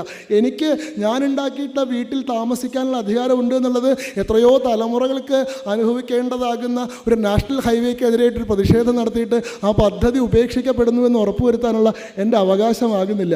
വ്യക്തിയുടെ സ്വാതന്ത്ര്യം എപ്പോഴും സമൂഹത്തിൻ്റെ പൊതുവായിട്ടുള്ള സ്വാതന്ത്ര്യത്തിന് വിധേയമായിട്ടും അതിന് കീഴിലായിട്ടാണ് നിൽക്കേണ്ടത്. അങ്ങനെയല്ലാത്ത പക്ഷം അവിടുത്തെ കാഷ്വാലിറ്റി അനുഭവിക്കുന്നത് സമൂഹമാണ്. നമ്മുടെ ഭരണഘടനാ തത്വത്തെ ചർച്ച ചെയ്യുന്ന ഭരണഘടനാ നിർമ്മാണ സമിതിയിൽ ഈ ഫണ്ടമെൻ്റൽ റൈറ്റ്സ് ചർച്ച ചെയ്യപ്പെടുന്ന സമയത്ത് മഹാമനീഷിയായിരുന്ന നമ്മുടെ ഡോക്ടർ കെ എം മുൻഷി പറയുന്നുണ്ട്, ഈ ലാൻഡ് റൈറ്റ്സ് വ്യക്തികൾക്ക് ഫണ്ടമെൻ്റൽ റൈറ്റ്സിൻ്റെ ഭാഗമായിട്ട് പ്രോപ്പർട്ടി റൈറ്റ്സ് കൊടുക്കണമെന്ന് പറയുമ്പോൾ കെ എം മുൻഷി പറയുന്നൊരു കാര്യം, ഭൂമി മനുഷ്യന് സ്വന്തമല്ല. ഭൂമി, ഈ രാജ്യത്തുള്ള ഓരോ കഷ്ണം ഭൂമിയും രാഷ്ട്രത്തിൻ്റെ ഭൂമിയാണ്, അതെല്ലാം സമാജത്തിൻ്റേതാണ്. അതിൻ്റെ കേവലം കസ്റ്റോഡിയൻ മാത്രമാണ് മനുഷ്യൻ. ഒരു പ്രത്യേക കാലഘട്ടത്തേക്കാൾ അത് അനുഭവിക്കുന്നു. അയാളുടെ അനുഭവം കഴിയുമ്പോൾ സമൂഹത്തിൻ്റെ പൊതുവായിട്ടുള്ളൊരു ആവശ്യം വരുമ്പോൾ അത് തിരിച്ചു കൊടുക്കാൻ അയാൾ ബാധ്യസ്ഥനാണ് എന്നുള്ള കസ്റ്റോഡിയൻ മൈൻഡ് സെറ്റ് മാത്രമേ നമുക്ക് ഉണ്ടാവാൻ പാടുള്ളൂ. അതിനുപരിയായിട്ട് ഇതെൻ്റെ മൗലികാവകാശമാണ്, ലോകത്തിന് മുഴുവനെതിരായിട്ട് പൊരുതി എനിക്ക് നേടാവുന്നൊരു അവകാശമാണ് എന്ന സങ്കല്പം യഥാർത്ഥത്തിൽ സ്റ്റേറ്റിൻ്റെ ഒരുപാട് സാധ്യതകളെ, സ്റ്റെബിലിറ്റിയെ സംബന്ധിക്കുന്ന സങ്കല്പങ്ങളെ ഒക്കെ വെല്ലുവിളിക്കുന്നത് നമ്മൾ ഈ അടുത്ത കാലത്ത് പോലും. എങ്ങനെയാണ് ഭീമ കൊറോഗാവൻ പോലെയുള്ള സ്ഥലങ്ങളിൽ ഇന്ത്യയിൽ ഒരു ആഭ്യന്തര കലാപം നടപ്പാക്കാൻ ശ്രമിച്ചിട്ടുള്ള അർബൻ നക്സലുകളെ സർക്കാർ അറസ്റ്റ് ചെയ്യുന്ന സമയത്ത് ജയിൽ പുള്ളിയുടെ അവകാശം സ്റ്റേറ്റിൻ്റെ അവകാശത്തിനേക്കാൾ മുകളിലായിട്ട് അവർക്ക് എല്ലാ സൗകര്യങ്ങളും പരിലാളനകളും ഉറപ്പുവരുത്തേണ്ട ബാധ്യത സ്റ്റേറ്റിന് വരുന്നു എന്നുള്ളതൊക്കെ നമ്മൾ കണ്ടുകൊണ്ടിരിക്കുന്നത്. അപ്പോൾ നിയമവാഴ്ചയുടെ സങ്കല്പം നമ്മൾ ഡൈസിയുടെ സങ്കല്പത്തെയാണോ നമ്മൾ പിന്തുടരേണ്ടത്, അതോ നമുക്ക് സ്വന്തമായിട്ട് നിയമവാഴ്ചയുടെ ഒരു സങ്കല്പം ഇല്ലേ? ഭാരതത്തിന് ഒരു സ്വന്തമായിട്ട് നിയമവാഴ്ചയുടെ സങ്കല്പം ഇല്ലേ? അതല്ലാതെ ഇവർ ഇംഗ്ലീഷുകാർ പറയുന്നത് പോലെ തോമസ് ഹോബ്സും ജോൺ ലോക്കും റൂസോയും ഒക്കെ കൂടി ഉണ്ടാക്കിയിട്ടുള്ള സോഷ്യൽ കോൺട്രാക്റ്റിലൂടെയാണോ ഈ പറയുന്ന നിയമവാഴ്ച നിലവിൽ വന്നത്? ഒരു കാലത്ത് ബാർബേറിയൻസായിട്ട്, കാട്ടുവാസികളായിട്ട് പരസ്പരം തമ്മിൽ തല്ലിയും കൊന്നും ജീവിച്ചിരുന്ന മനുഷ്യർ അവസാനം നമുക്കൊരു ശാന്തിയും സമാധാനവുമുള്ള ജീവിതം വേണമെന്ന് തീരുമാനിച്ച് അവർ പരസ്പരം ഒരു സോഷ്യൽ കോൺട്രാക്റ്റിൽ ഏർപ്പെടുകയും അവിടെ ലോ എന്ന് പറയുന്ന വയലൻസ് നടത്താൻ ഏകാധിപത്യമുള്ള മൊണോപ്പൊളി ഓവർ വയലൻസ്, അങ്ങനെ വയലൻസ് നടത്താൻ ഏകാധിപത്യമുള്ള ഒരു സംവിധാനത്തിന് കീഴിൽ സറണ്ടർ ചെയ്യും. അങ്ങനെ ഒരു പരസ്പരം ധാരണയുടെ തെറ്റ് ചെയ്യുന്നവരെ നിയമം ശിക്ഷിച്ചോളും, നിങ്ങൾ തന്നെ ശിക്ഷിക്കേണ്ട എന്ന് പറഞ്ഞ് കണ്ണിന് പകരം കണ്ണ്, പല്ലിന് പകരം പല്ല് എന്ന് പറയുന്ന നിയമത്തെ റീപ്ലേസ് ചെയ്ത് ഉണ്ടാക്കിയതാണോ യഥാർത്ഥത്തിൽ നമ്മുടെ നാട്ടിലുള്ള നിയമവാഴ്ച? ഭാരതീയ സങ്കല്പം പറയുന്നത് അങ്ങനെയല്ല. ഭാരതീയ സങ്കല്പം പറയുന്നത് മനുഷ്യരെ നിർമ്മിച്ചത് തന്നെ ധർമ്മത്തിൻ്റെ പരിപാലനാർത്ഥമാണ് എന്നുള്ളതാണ്. ഇവിടെ ധർമ്മം എന്നുള്ള സങ്കല്പം നിയമം എന്ന സങ്കല്പത്തിന് മുകളിൽ നിൽക്കുന്നുണ്ട്. രാജാവിനെ പോലെ നിയന്ത്രിക്കുന്ന നിയമമുണ്ട്. പണ്ട് രാജാക്കന്മാരുടെ കിരീടധാരണ ചടങ്ങിൽ പട്ടാഭിഷേകം കഴിഞ്ഞാൽ രാജാവ് പ്രഖ്യാപിക്കും അത്രേ, അധണ്ടോസ്മി അധണ്ടോസ്മി എന്ന്, എന്നെ ആരും ദണ്ഡിക്കാനില്ല, എന്നെ ആരും ദണ്ഡിക്കാനില്ല എന്ന്. അപ്പോൾ രാജഗുരു അദ്ദേഹത്തെ രാജദണ്ഡുകൊണ്ട് അദ്ദേഹത്തിൻ്റെ തലയിൽ ഒന്നിങ്ങനെ തട്ടിക്കൊണ്ട് പറയൂത്രേ, ധർമ്മദണ്ഡോഹം ധർമ്മദണ്ഡോഹം, ധർമ്മം നിന്നെ ദണ്ഡിക്കും, ധർമ്മം നിന്നെ ദണ്ഡിക്കും. ദൈവം ശിക്ഷിക്കുമെന്നുള്ള പേടി കൊണ്ടല്ല, ജനങ്ങൾ കലാപം നടത്തുമെന്നുള്ള ഭയം കൊണ്ടല്ല, നിയമത്തിൻ്റെ നൂലാമാലകളിൽപ്പെട്ട് കാരാഗ്രഹത്തിൽ കഴിയേണ്ടി വരുമോ എന്ന ആശങ്ക കൊണ്ടല്ല, ധർമ്മബോധം കൊണ്ടാണ് ധർമ്മരാജാക്കന്മാരുണ്ടായത്. ധർമ്മബോധമാണ് ധർമ്മരാഷ്ട്രങ്ങളെ സൃഷ്ടിച്ചത്. ആ ധർമ്മത്തിൻ്റെ സങ്കല്പമുള്ള നമ്മുടെ സമൂഹം എന്തിനാണ് എന്തിനാണ് സോഷ്യൽ കോൺട്രാക്റ്റ് പോലെയുള്ള വൈദേശിക സങ്കേതങ്ങളെ ആശ്രയിച്ചുകൊണ്ട് ഈ തരത്തിലുള്ള സംവിധാനത്തിലേക്ക് പോകുന്നത് എന്നുള്ളത് സ്വകീയമായിട്ട് ആത്മീയമായിട്ട് നമ്മുടെ എല്ലാവരുടെയും ഉള്ളിൽ നിന്ന് ഉയർന്നു വരേണ്ട ഒരു ചോദ്യമാണ്. യഥാർത്ഥത്തിൽ ഇന്ത്യയുടെ പരിപാലനത്തിന് വേണ്ടിയിട്ടല്ല, ലോകത്തിൻ്റെ പരിപാലനത്തിന് വേണ്ടിയിട്ടുണ്ടായതാണ് ധർമ്മം എന്നുള്ളതാണ് സങ്കല്പം. സനാതന ധർമ്മം ഭാരതീയന് വേണ്ടിയിട്ടോ ഹിന്ദുവിന് വേണ്ടിയിട്ടോ ഉണ്ടായിട്ടുള്ളതല്ല. അത് ലോകത്തിൻ്റെ നൈസർഗികമായിട്ടുള്ള താളത്തെ നിലനിർത്താൻ വേണ്ടി ഉണ്ടായിട്ടുള്ളതാണ്. അത് ആരെങ്കിലും നിർമ്മിക്കുന്നതല്ല, ഋഷിമാർ അതിവിടെ നിന്ന് കണ്ടെടുക്കുന്നതാണ് എന്നാണ് നമ്മുടെ ഐതിഹ്യങ്ങളും നമ്മുടെ പുരാണങ്ങളും നമ്മുടെ ഇതിഹാസങ്ങളും എല്ലാം പറയുന്നത്. നോക്കൂ, ഋത്ത് എന്ന് പറയുന്നൊരു ധാതുവുണ്ട് സംസ്കൃതത്തിൽ. ഋത്ത് എന്ന് പറയുന്ന ധാതുവിൽ നിന്നാണ് ധർമ്മമാവട്ടെ കർമ്മമാവട്ടെ ഈ ശബ്ദങ്ങളെല്ലാം ഉണ്ടാകുന്നത്. ഋത്തിൻ്റെ അർത്ഥം നാച്ചുറൽ ഓർഡർ, കോസ്മിക് സൈക്കിൾ എന്നൊക്കെയാണ്. പ്രകൃതിയുടെ സ്വാഭാവികമായിട്ടുള്ള താളക്രമത്തെയാണ് നമ്മൾ ഋത്ത് എന്ന് വിളിക്കുന്നത്. ഈ ഇംഗ്ലീഷിലുള്ള ഋഥം എന്ന് പറയുന്ന ശബ്ദം അത് ഋത്തിൽ നിന്നുണ്ടാവുന്നതാണ്. നമ്മൾ സീസൺസിനെ സൂചിപ്പിക്കുന്ന ഋതു എന്ന് പറയുന്ന ശബ്ദം, സൈക്ലിക്കൽ ഓർഡറിൽ നടക്കുന്ന സീസൺസ്, ഇതെല്ലാം ഋത്തിൽ നിന്നുണ്ടാവുന്ന. ഈ നാച്ചുറൽ ഓർഡറിനെ പരിപാലിക്കാനുള്ള മനുഷ്യൻ്റെ ബാധ്യതയെ സംബന്ധിച്ചാണ് ധർമ്മം സംസാരിക്കുന്നത്. അതിനുള്ള സ്പിരിച്വൽ ആൻഡ് മോറൽ ഇൻജങ്ഷൻസിനെയാണ് നമ്മൾ ധർമ്മം എന്ന് വിളിച്ചതെങ്കിൽ അതിനുവേണ്ടി ഒരാൾ അനുഷ്ഠിക്കേണ്ട കർമ്മ പദ്ധതിയാണ്, അതിൻ്റെ അനുഷ്ഠാന പദ്ധതിയാണ്, അതിൻ്റെ ആചരണ വിധിയാണ് നമ്മൾ കർമ്മം എന്ന് വിളിച്ചത്. ധർമ്മം അതിൻ്റെ താത്വികമായിട്ടുള്ള അതിൻ്റെ തിയററ്റിക്കലായിട്ടുള്ള ആസ്പെക്റ്റ് ആണെങ്കിൽ കർമ്മം അതിൻ്റെ പ്രായോഗികമായിട്ടുള്ള പ്രാക്ടിക്കലായിട്ടുള്ള ആസ്പെക്റ്റാണ്. അപ്പോൾ ലോകക്രമത്തെ നിയന്ത്രിക്കുന്നതിന് വേണ്ടിയിട്ടാണ് ധർമ്മം. ഈ പ്രപഞ്ചത്തിനൊരു സ്വാഭാവികമായിട്ടുള്ള താളക്രമം ഉണ്ടെന്നും അതിലെ ഓരോ ജീവജാലത്തിനും നിയതമായിട്ടുള്ള ദൗത്യം ഉണ്ടെന്നും ആ ദൗത്യത്തിൽ നിന്നുകൊണ്ട് ലോകത്തിൻ്റെ ബാലൻസിനെ ഡിസ്റ്റർബ് ചെയ്യാതെ ജീവിക്കുക എന്നുള്ളതാണ് നമ്മുടെയൊക്കെ ലക്ഷ്യം എന്നുള്ളതുമാണ് ധർമ്മം എന്നുള്ള സങ്കല്പം പറയുന്നത്. അതുകൊണ്ടാണ് ധർമ്മം അവകാശമല്ല, ധർമ്മം ബാധ്യതയാണ്. ധർമ്മം നിങ്ങളുടെ സ്വാതന്ത്ര്യമല്ല, ധർമ്മം നിങ്ങളുടെ ഉത്തരവാദിത്തമാണ്. അത് നിങ്ങളെ ലിമിറ്റ് ചെയ്യുന്ന, നിങ്ങളുടെ ചലനങ്ങളെ കൃത്യമായി നിയന്ത്രിക്കുന്ന ഒരു കോൺസ്റ്റൻറ്റ് റിമൈൻഡറായിട്ട് എല്ലാ സമയത്തും നിൽക്കുന്നൊരു സങ്കല്പമാണ്. അത് ലോകത്തിന് മുഴുവൻ ബാധകമാണ്. ഋഷീശ്വരന്മാർ അവരുടെ ധ്യാനത്തിൻ്റെ തപസ്സിൻ്റെ ഉന്നതാവസ്ഥയിൽ ആ ധർമ്മത്തെ കണ്ടെടുക്കുകയും അത് നമുക്ക് മനസ്സിലാവുന്ന മട്ടിൽ ശബ്ദത്തിൻ്റെ മാധ്യമത്തിലൂടെ വേദങ്ങളായിട്ട് നമുക്ക് പകർന്നു തരികയും ചെയ്തു. അതുകൊണ്ടാണ് നമ്മളതിനെ ശ്രുതി എന്ന് വിളിക്കുന്നത്. That which is heard. അത് എഴുതപ്പെട്ടതല്ല, വായിക്കപ്പെട്ടതല്ല, ഓർമ്മിക്കപ്പെട്ടതല്ല. It is not something that is remembered, it is something that is heard. അതിവിടെ ഉണ്ടായിരുന്നു, അത് ആരെങ്കിലും നിർമ്മിച്ചതല്ല. അതുകൊണ്ടാണ് ഋഷിമാർ അതിൻ്റെ കർത്തൃത്വം ഏറ്റെടുക്കാത്തത്. ഒരു ശ്രുതിക്കും നമ്മൾ കർത്താവിനെ കാണുന്നില്ല, സ്മൃതികൾക്കെല്ലാം കർത്താവിനെ കാണുന്നുണ്ട്. രാമായണത്തിന് വാത്മീകിയുണ്ട്, മഹാഭാരതത്തിന് വ്യാസനുണ്ട്, മനുസ്മൃതിക്ക് മനുവുണ്ട്, യാജ്ഞവൽക്യ സ്മൃതിക്ക് യാജ്ഞവൽക്യനുണ്ട്. പക്ഷേ ഋഗ്വേദം എഴുതിയത് ആരാണെന്ന് ചോദിക്കുമ്പോൾ, അഥർവവേദത്തിൻ്റെ കർത്താവ് ആരാണെന്ന് ചോദിക്കുമ്പോൾ, സാമവേദത്തിൻ്റെ ഉപജ്ഞാതാവ് ആരാണെന്ന് ചോദിക്കുമ്പോൾ നമുക്കതിന് ഉത്തരം പറയാൻ സാധിക്കുന്നില്ല. കാരണം അത് നമുക്ക് ചൊല്ലിത്തന്ന ഋഷിമാരാരും അതിൻ്റെ കർത്തൃത്വം ഏറ്റെടുത്തിട്ടില്ല. ഇത് എൻ്റേതാണ് എന്ന് അവരാരും അവകാശപ്പെടുന്നില്ല. അതിവിടെ ഉണ്ടായിരുന്നു, ഞങ്ങളത് കേട്ടു, ഞങ്ങളത് നിങ്ങൾക്ക് പറഞ്ഞു തന്നു എന്നുള്ളതാണ്. അപ്പോൾ ലോകത്തിന് മുഴുവൻ ബാധകമാകുന്നൊരു ധർമ്മതത്വം, ആ ധർമാടിസ്ഥാനത്തിലുള്ളൊരു ജീവിത പദ്ധതി, ആ ധർമ്മത്തിൻ്റെ അടിസ്ഥാനത്തിലുള്ളൊരു രാഷ്ട്ര പദ്ധതി നിർമ്മിക്കപ്പെട്ടിട്ടുണ്ട്. ആ ധർമ്മമാവണം യഥാർത്ഥത്തിൽ സെൽഫ് റെഗുലേറ്ററി ആയിട്ട് ഓരോരുത്തരുടെയും ഉള്ളിൽ കൂടിയിരിക്കുന്ന ധർമ്മമാവണം യഥാർത്ഥത്തിൽ നമ്മുടെ നിയമവാഴ്ചയുടെ അടിസ്ഥാനമാകുന്നത്. നിയമത്തോടുള്ള ഭയമല്ല, അവകാശങ്ങളെ സംബന്ധിക്കുന്ന എന്താ പറയുക ദാർഢ്യമല്ല, യഥാർത്ഥത്തിൽ ധർമ്മപക്ഷത്ത് നിന്നുകൊണ്ട് ജീവിക്കുക എന്നുള്ളത് നമ്മുടെ നിയമവാഴ്ചയുടെ അടിസ്ഥാനമാവേണ്ടതുണ്ട്. ആ നിയമവാഴ്ച സ്വാഭാവികമായി പൗരധർമ്മത്തെ സൃഷ്ടിക്കും. പൗരധർമ്മം എന്നുള്ള ശബ്ദം തന്നെ വളരെ കൃത്യമായി എന്താണൊരു പൗരൻ്റെ ധർമ്മം എന്നതിനെ സംബന്ധിച്ചാണ് പറയുന്നത്. പക്ഷെ നമ്മൾ പൊതുവിൽ പറയുന്ന പൗരധർമ്മം എന്ന് പറയുന്നത് റോഡുകളൊക്കെ വൃത്തിയാക്കി സൂക്ഷിക്കുക, ഇലക്ഷനിൽ കൃത്യമായിട്ട് വോട്ട് ചെയ്യുക, സമയത്ത് നികുതി അടയ്ക്കുക, അല്ലെ, യുദ്ധം വരുന്ന സമയത്ത് സൈന്യത്തെ സഹായിക്കുക, ഇന്ത്യയും പാകിസ്ഥാനും ക്രിക്കറ്റ് കളിക്കുന്ന സമയത്ത് ഇന്ത്യക്ക് വേണ്ടി ആർപ്പ് വിളിക്കുക തുടങ്ങിയിട്ടുള്ള കാര്യങ്ങളെയാണ് നമ്മൾ സാമ്പ്രദായിക അർത്ഥത്തിൽ പൗരധർമ്മം എന്ന് വിളിക്കുന്നതെങ്കിൽ അതല്ല, അതിനേക്കാൾ കുറെ കൂടി വിശാലമായിട്ട് ഈ രാഷ്ട്രത്തിൻ്റെ തനതായിട്ടുള്ള സ്വത്വത്തെ തിരിച്ചറിയാനും അതിനെ പരിപാലിക്കാനും അതിനെ അടുത്ത തലമുറയിലേക്ക് കൂടി പകർന്നു കൊടുക്കാനും അങ്ങനെ ഈ രാഷ്ട്രത്തിന് അനുസ്യൂതമായിട്ടുള്ള ഒരു സഞ്ചാര സാധ്യത, ഈ രാഷ്ട്രത്തിന് അനുസ്യൂതമായി തലമുറകളിൽ നിന്ന് തലമുറകളിലേക്കും ലോകക്രമത്തിൽ നിന്ന് അടുത്ത ലോകക്രമത്തിലേക്കും നൈരന്തര്യത്തോടു കൂടി സഞ്ചരിക്കാനുള്ള സാധ്യത ഉറപ്പുവരുത്തുകയും ചെയ്യുന്ന ധർമ്മഭടന്മാരായി മാറുക. ഈ രാഷ്ട്രത്തെ നിർമ്മിക്കുന്നത് ഇത് എന്താ പറയുക ദേവതാ നിർമ്മിതമായിട്ടുള്ള ഭൂമിയാണെന്നാണ് പറയുന്നത്. ഇത് യുദ്ധങ്ങൾ കൊണ്ടോ അല്ലെങ്കിൽ ഉടമ്പടികൾ കൊണ്ടോ ഉപജാപങ്ങൾ കൊണ്ടോ നിർമ്മിക്കപ്പെട്ടിട്ടുള്ള രാഷ്ട്രമല്ല. ഇത് കൃത്രിമമായിട്ടോ സാങ്കേതികമായിട്ടോ നിർമ്മിക്കപ്പെട്ടിട്ടുള്ള രാഷ്ട്രമല്ല. ഇത് ദേവതാ നിർമ്മിതമായിട്ടുള്ള ഭൂമിയാണ്, ധർമ്മത്തിൻ്റെ അടിസ്ഥാനത്തിൽ നിർമ്മിതമായിട്ടുള്ള ഭൂമിയാണ്. ഈ ലോകത്തിൽ ഒരു വിശാലമായിട്ടുള്ള ദൗത്യം നിർവഹിക്കേണ്ട ധർമ്മഭൂമിയാണ്. ആ ഭൂമിയുടെ ചിതി എന്താണ്, ആ ഭൂമിയുടെ ദൗത്യം എന്താണ്, ലക്ഷ്യം എന്താണെന്ന് തിരിച്ചറിഞ്ഞുകൊണ്ട് ആ ചിതിയെ വർദ്ധിപ്പിക്കുന്ന സുകൃതികളായി മാറുക എന്നുള്ളതാണ് നമ്മളെ സംബന്ധിച്ചിടത്തോളം പൗരധർമ്മം. ആ പൗരധർമ്മം നമ്മുടെ അടിസ്ഥാന മനോഭാവമായി നിൽക്കണമെങ്കിൽ അതിനു വേണ്ടിയിട്ടുള്ള കൃത്യമായിട്ടുള്ള പരിശ്രമങ്ങൾ, അതിനു വേണ്ടിയിട്ടുള്ള ധർമ്മബോധനത്തിന് വേണ്ടിയിട്ടുള്ള കൃത്യമായിട്ടുള്ള ഇടപെടലുകൾ നമ്മുടെ സംഘടനകളുടെ ഭാഗത്തുനിന്നോ സമാജത്തിൻ്റെ നേതാക്കളുടെ ഭാഗത്തുനിന്നോ ഉണ്ടാവേണ്ടതുണ്ട്. അത്തരത്തിൽ പൗരധർമ്മത്തെ കൃത്യമായി മനസ്സിലാക്കുന്ന, പൗരധർമ്മം എന്ന് പറയുന്നത് കേവലം സിവിക് റൈറ്റ്സ് മാത്രമല്ല, ആ തൻ്റെ വ്യക്തിഗതമായിട്ടുള്ള സ്വധർമ്മം എന്താണെന്ന് മനസ്സിലാക്കുന്ന ഒരു തലമുറയെ, ആ തലമുറയെ നമുക്ക് ജൻസികളാക്കി മാറ്റാൻ സാധിച്ചാൽ, ആ ജൻസികളിലൂടെ നമുക്ക് ഈ രാജ്യത്തിൻ്റെ ധാർമ്മികമായിട്ടുള്ള വാഴ്ച ഉറപ്പുവരുത്താൻ സാധിച്ചാൽ, അത്തരത്തിൽ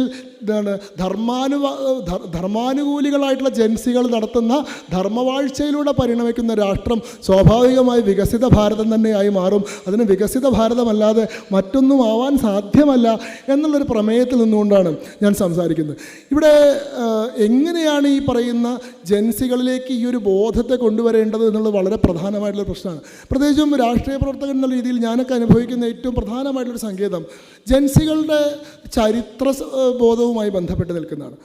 ഒന്ന് ഓർത്ത് നോക്കൂ, ഇപ്പോൾ ഈ രാജ്യം ഇപ്പോൾ ഭരിക്കുന്ന പ്രസ്ഥാനമോ പ്രത്യയശാസ്ത്രമോ ആണ് ഈ രാജ്യം ഭരിക്കേണ്ടതെന്നും അങ്ങനെ ഭരിക്കുന്നതാണ് ഈ രാജ്യത്തിന് ഗുണമെന്നും അതല്ലാത്തൊരു ഭരണം ഈ രാജ്യത്തെ വലിയ അപകടത്തിലേക്ക് തള്ളിവിടുമെന്നും എന്നെ സംബന്ധിച്ചിടത്തോളം അറിവല്ലാതെ എൻ്റെ അനുഭവമാണ്.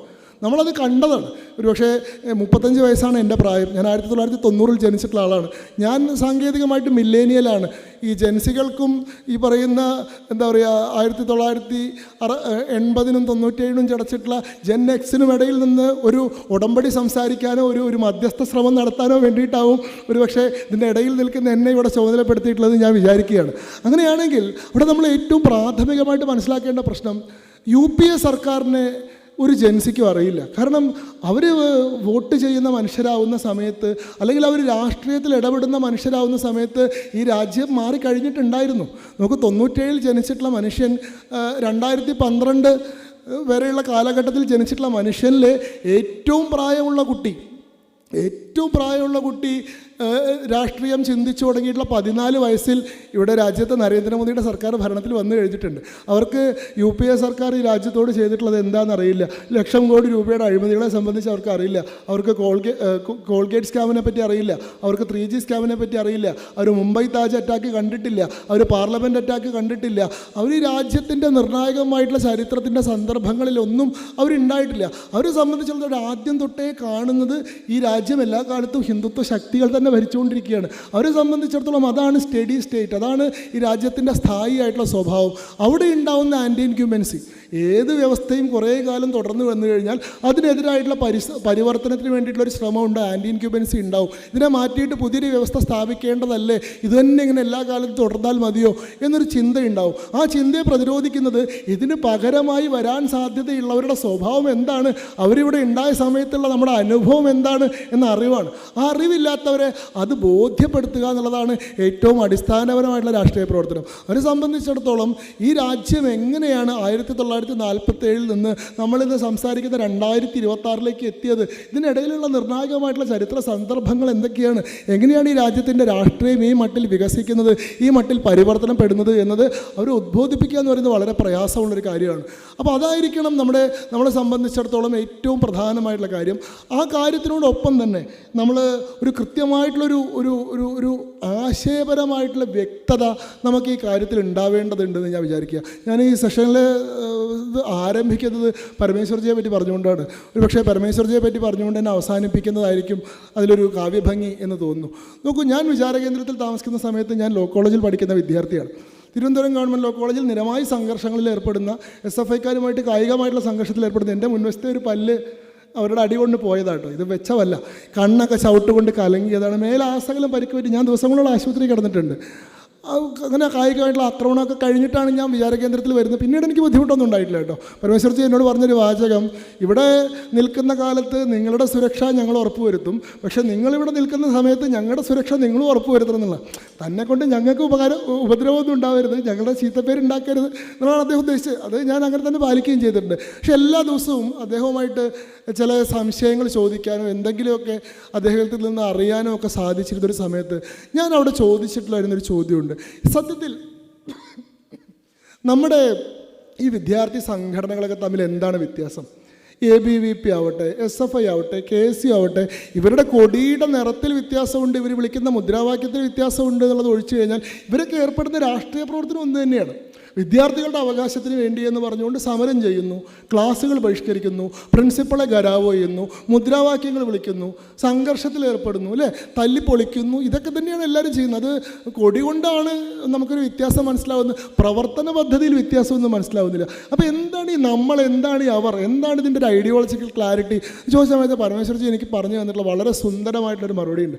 എന്നെ സംബന്ധിച്ചിടത്തോളം ഇപ്പോഴും ഞാൻ വലിയൊരു പാഠമായിട്ട് സൂക്ഷിക്കുന്നൊരു ഉത്തരവാണ്.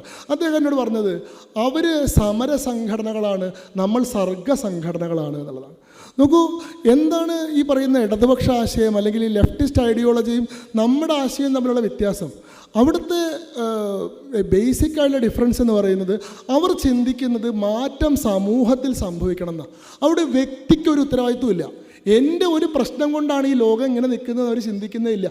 ഞാൻ വളരെ ശരിയാണ്, ഞാൻ വളരെ കൃത്യമാണ്, പക്ഷേ എനിക്ക് ചുറ്റുമുള്ള ലോകം മുഴുവൻ അബദ്ധം എന്നാണ്. എനിക്ക് ചുറ്റുമുള്ള വ്യവസ്ഥ ശരിയല്ല, സംവിധാനം ശരിയല്ല, ഭരണാധികാരികൾ ശരിയല്ല, സർക്കാർ ശരിയല്ല, എസ്റ്റാബ്ലിഷ്മെൻ്റ് ഒന്നും ശരിയല്ല. ഈ എസ്റ്റാബ്ലിഷ്മെൻറ്റിനോടുള്ള രോഷമാണ് ഇവരുടെ രാഷ്ട്രീയം. എസ്റ്റാബ്ലിഷ്മെൻറ്റിനെതിരാണ് രാഷ്ട്രീയം. ഇതിനെയൊക്കെ തിരുത്തുക, ഇതിനെയൊക്കെ തകർക്കുക, ഇതിനെയൊക്കെ ഇല്ലായ്മ ചെയ്യുക എന്നുള്ളതാണ് രാഷ്ട്രീയം. അവിടെയുള്ള മാർഗം എന്താണ്? അവിടെയുള്ള മാർഗം സമരമാണ്. ഇതിനെതിരെ ഈ വ്യവസ്ഥയെ അട്ടിമറിക്കാൻ വേണ്ടിയിട്ടുള്ള സായുധമായിട്ടുള്ള സമരം പോലും അവിടെ അനുവദനീയമാണ്. ആ രീതിയിൽ തനിക്കൊരു ഉത്തരവാദിത്വമില്ലാത്ത സമൂഹം പൊതുവായി മാറുകയാണ് വേണ്ടത് എന്ന് പറയുന്ന ഒരു വിപ്ലവത്തെ സ്വപ്നം കാണുന്നത്. എന്തെങ്കിലും ചെറിയ പരിണാമങ്ങളല്ല, സമൂഹം മുഴുവൻ ഓവർനൈറ്റ് വലിയൊരു ട്രാൻസ്ഫോർമേഷന് വിധേയമാവുന്ന റെവല്യൂഷൻസിനെ സ്വപ്നം കാണുമ്പോൾ നിങ്ങൾക്കത് വളരെ സൗകര്യമാണ്. കാരണം നിങ്ങൾക്ക് വ്യക്തിപരമായിട്ട് അവിടെ യാതൊരു ഉത്തരവാദിത്വമില്ല. നിങ്ങളൊരു ചെറിയ തിരുത്ത് പോലും സ്വന്തം കാര്യത്തിൽ വരുത്തേണ്ടതില്ല. നിങ്ങൾക്ക് സമൂഹത്തെയും സമാജത്തെയും വഴി പറഞ്ഞുകൊണ്ട് ജീവിക്കാൻ സാധിക്കും. നമ്മളെ സംബന്ധിച്ചിടത്തോളം നമ്മൾ കാണുന്നത് സമൂഹം മാറണമെന്നല്ല, വ്യവസ്ഥ മാറണമെന്നല്ല, സംവിധാനം മുഴുവൻ മാറണമെന്നല്ല, സ്വയം മാറണമെന്നുള്ളതാണ്. ഇവിടെ ചേഞ്ച് സംഭവിക്കുന്നത് വ്യക്തിയിൽ നിന്നാണ്. ഓരോ വ്യക്തിയും മാറുന്ന സമയത്ത് അതിനനുസരിച്ച് സമൂഹത്തിൽ ആനുപാതികമായിട്ടൊരു മാറ്റം സംഭവിക്കുന്നുണ്ട്. ഒരു പരിവർത്തിതനായിട്ടുള്ള മനുഷ്യന് സമൂഹത്തെ മാറ്റിമറിക്കുന്നതിൽ നിർണായകമായിട്ടുള്ള സ്വാധീനം ചെലുത്താൻ സാധിക്കുന്നുണ്ട്. അതുകൊണ്ടാണ് സംഘം വ്യക്തി നിർമ്മാണത്തിലൂടെ രാഷ്ട്ര നിർമ്മാണം എന്ന് പറഞ്ഞത്. അതല്ലാതെ റെവല്യൂഷനിലൂടെ ഓവർനൈറ്റ് സമൂഹത്തെ മുഴുവൻ അട്ടിമറിക്കാൻ വേണ്ടി സായുധ വിപ്ലവം നടത്തണം എന്നല്ല പറഞ്ഞത്. ഓരോ മനുഷ്യനെയും മാൻ മേക്കിംഗ് മിഷൻ എന്ന് പറയുന്ന ദൗത്യം ഏറ്റെടുത്തുകൊണ്ട് അങ്ങനെ പെർഫെക്റ്റ് ഹ്യൂമൻ ബീയിങ്സിനെ സൃഷ്ടിക്കാനുള്ള ഫാക്ടറികളായിട്ട് ശാഖകളെ സംഘടിപ്പിച്ചുകൊണ്ട് ആ അടിസ്ഥാനത്തിൽ ആശയവ്യക്തതയുള്ള, നല്ല ശീലഗുണമുള്ള, നല്ല സ്വഭാവമുള്ള, ആദർശമുള്ള, അറിവുള്ള മനുഷ്യരെ നിർമ്മിച്ചെടുക്കുക. അങ്ങനെ ഒരു വ്യക്തി പരിണമിക്കുമ്പോൾ ആ അർത്ഥത്തിൽ സമൂഹത്തിൽ തന്നെ വലിയൊരു പരിണാമം സൃഷ്ടിക്കുന്നുണ്ട്. ഇതാണ് യഥാർത്ഥത്തിൽ നമ്മുടെ ഭാരതീയമായിട്ടുള്ള യജ്ഞത്തിൻ്റെ സങ്കല്പം. യജ്ഞം എന്ന് പറയുന്ന സംഗതി മുഴുവൻ നടത്തുന്ന യജമാനൻ എന്ന് പറയുന്ന ഒരാൾക്ക് വേണ്ടിയിട്ടാണ്. അവിടുത്തെ എല്ലാ കർമ്മങ്ങളും യജ്ഞത്തിൻ്റെ യജമാനനാരോ അയാൾക്ക് വേണ്ടി നേദിക്കപ്പെടുന്ന. പക്ഷേ അത്തരത്തിൽ ടോളായിട്ടുള്ളൊരു ഫിഗറിനെ സമാജത്തിൽ നിർമ്മിച്ചാൽ, അത്തരത്തിൽ യജ്ഞപ്രസാദമുള്ളൊരു യജമാനനെ നിർമ്മിച്ചെടുത്താൽ ആ യജമാനന് സൃഷ്ടിക്കാൻ കഴിയുന്ന സാമൂഹിക പരിണാമം എന്ന് പറയുന്നത് എത്രയോ വ്യക്തികൾക്ക് സൃഷ്ടിക്കാൻ കഴിയുന്നതിനേക്കാൾ വളരെ വലുതാവുന്നുള്ളതാണ്. അപ്പോൾ അങ്ങനെയുള്ള വലിയ ലോങ് സ്റ്റാൻഡിങ് ഇമ്പാക്റ്റ് സൃഷ്ടിക്കാൻ കഴിയുന്ന മനുഷ്യരെ നിർമ്മിക്കുക എന്നുള്ളതാണ്. അപ്പോൾ നമ്മളാണ് സ്വയം മാറേണ്ടത്. നമ്മൾ ഈ സമാജത്തോടോ വ്യവസ്ഥയോടോ സമരം ചെയ്യേണ്ടതല്ല. മാൻ വേഴ്സസ് എസ്റ്റാബ്ലിഷ്മെൻറ്റ് എന്നല്ല സങ്കല്പം. We are all part of the establishment. നമ്മൾ ഈ വ്യവസ്ഥയ്ക്ക് എതിരെ നിൽക്കുന്ന ആളല്ല, നമ്മൾ കൂടി ഉൾപ്പെടുന്നതാണ് ഈ വ്യവസ്ഥ. ആ വ്യവസ്ഥയെ തകർക്കുക എന്നുള്ളതല്ല, അതിനുള്ളിൽ നിന്നുകൊണ്ട് അതിനെ തിരുത്തുകയും അതിനെ ശരിയായിട്ടുള്ള ദിശയിലേക്ക് നയിക്കുകയും ചെയ്യുക എന്നുള്ളതാണ് നമ്മളെ സംബന്ധിച്ചിടത്തോളം പരമമായിട്ടുള്ള ദൗത്യം. ഈ ജൻസി കാലഘട്ടം അല്ലെങ്കിൽ ഈ യുവ കാലഘട്ടം എന്ന് പറയുന്നത് മനുഷ്യരുടെ മനസ്സിൽ വല്ലാത്ത രോഷമുണ്ടാവുന്ന, വിപ്ലവദാഹം ഉണ്ടാവുന്ന, എല്ലാത്തിനോടും എതിർപ്പുണ്ടാവുന്ന, തകർക്കണമെന്നും പരിഷ്കരിക്കണമെന്നും ഒക്കെ ആഗ്രഹം ഉണ്ടാകുന്ന സമയമാണ്. ഞങ്ങളുടെ നാട്ടിലൊക്കെ ഒരു ചൊല്ലുണ്ട്, ഒരാൾ 25 വയസ്സിൽ കമ്മ്യൂണിസ്റ്റുകാരനല്ലെങ്കിൽ അയാളെ ശ്രദ്ധിക്കണം, അയാൾക്ക് എന്തോ കുഴപ്പമുണ്ട് പറയും. അതേപോലെ തന്നെ പറയും, ഒരാൾ 30 വയസ്സ് കഴിഞ്ഞിട്ടും കമ്മ്യൂണിസ്റ്റ് ആണെങ്കിൽ അയാളെ പ്രത്യേകം ശ്രദ്ധിക്കണം, അയാൾക്ക് കാര്യമായിട്ടുള്ള കുഴപ്പമുണ്ട്. അതായത് ഈ ഒരു കാലഘട്ടത്തിൽ, ഈ ഒരു പ്രായത്തിനിടയിൽ ആളുകൾക്ക് സംഭവിക്കുന്നതാണ് ഈ ഒരു റെവല്യൂഷണറി മൈൻഡ് സെറ്റ്. ആ കാര്യത്തെ വളരെ കൃത്യമായിട്ട്, അത് ആ പ്രായത്തിൻ്റെ ആ ഒരു ചാപല്യത്തെ വളരെ കൃത്യമായി മനസ്സിലാക്കിക്കൊണ്ട് അവരിലേക്ക് യഥാർത്ഥത്തിലുള്ള ധർമ്മബോധത്തെയും സമാജ പരിഷ്കരണത്തിനുള്ള ശരിയായിട്ടുള്ള ഉപാധി വ്യക്തിപരമായിട്ടുള്ള പരിഷ്കരണമാണ്. ഗാന്ധി പറയുന്നുണ്ടല്ലോ, be the change you want to see. നിങ്ങൾക്ക് കാണാൻ ആഗ്രഹിക്കുന്ന മാറ്റം സ്വയമായി മാറുക എന്നുള്ളതാണ്. ആ തരത്തിലുള്ള പരിണാമങ്ങളാണ് യഥാർത്ഥത്തിൽ സമൂഹത്തെ മാറ്റിമറിക്കുന്നത്. ആ നിലയിലുള്ള വ്യക്തികൾ മാത്രമേ സമൂഹത്തെ മാറ്റിയിട്ടുള്ളൂ. വിപ്ലവ വായാടികളൊന്നും ഈ സമൂഹത്തിൽ യാതൊരു പരിവർത്തനവും സൃഷ്ടിച്ചിട്ടില്ലെന്നുള്ള കൃത്യമായിട്ടുള്ള രാഷ്ട്രീയ ബോധ്യം, ശരിയായിട്ടുള്ള ചരിത്രബോധം, ശരിയായിട്ടുള്ള ധർമ്മബോധനം അവർക്ക് കൊടുക്കുക എന്നുള്ളതാണ് പൗരധർമ്മമുള്ള ഒരു ജൻസിയെ സൃഷ്ടിക്കാൻ. ഇനി ജൻസിക്ക് ശേഷം ജൻ ആൽഫ വരും. ഈ ജൻസിയും ഒരു സമയം കഴിയുമ്പോൾ അവരുടെ സമയം കഴിയും. അത് കഴിയുമ്പോൾ 14-15 വയസ്സുള്ള 2012 ശേഷം ജനിച്ച കുട്ടികൾ അവരിപ്പോൾ 13 വയസ്സുള്ളവരാണ്. ഒരു 4 വർഷം കഴിഞ്ഞാൽ അല്ലെങ്കിൽ ഒരു 3 വർഷം കഴിഞ്ഞാൽ രാഷ്ട്രീയത്തിൽ ഏറ്റവും ശക്തമായിട്ട് ഇടപെടുന്ന സമൂഹമായിട്ട് അവരെ മാറും. ഇതിങ്ങനെ ഈ മാറ്റം, ഈ പരിണാമം, ഇതിൻ്റെ ഒരു നൈരന്തര്യമുണ്ട്. ഇത് സ്ഥിരമാണ്, ഇത് സ്ഥായിയാണെന്ന് മനസ്സിലാക്കിക്കൊണ്ട് ഏത് കാലഘട്ടത്തിനും വേണ്ടിയിട്ടാണ് നമ്മൾ ഈ ധർമ്മത്തെ വിഭാവനം ചെയ്തിട്ടുള്ളത്. അത് സനാതനധർമ്മം നമ്മളതിനെ വിളിക്കുന്നതിൻ്റെ കാരണം അത് അകാലികമായതുകൊണ്ടാണ്, അത് അനശ്വരമായതാണ്, അത് കാലത്താൽ ബന്ധിതമല്ലാത്തത് കൊണ്ടാണ്. അത് 2500 വർഷം മുൻപ് എത്രത്തോളം പ്രസക്തമായിരുന്നു അത്രത്തോളം പ്രസക്തമായിട്ട് കാലാതിവർത്തിയായിട്ട്, ദേശാധിവർത്തിയായിട്ട്, വ്യക്തിയാനുഭവങ്ങൾക്ക് അതിവർത്തിയായിട്ട് അത് നിലനിൽക്കുന്നത് കൊണ്ടാണ്.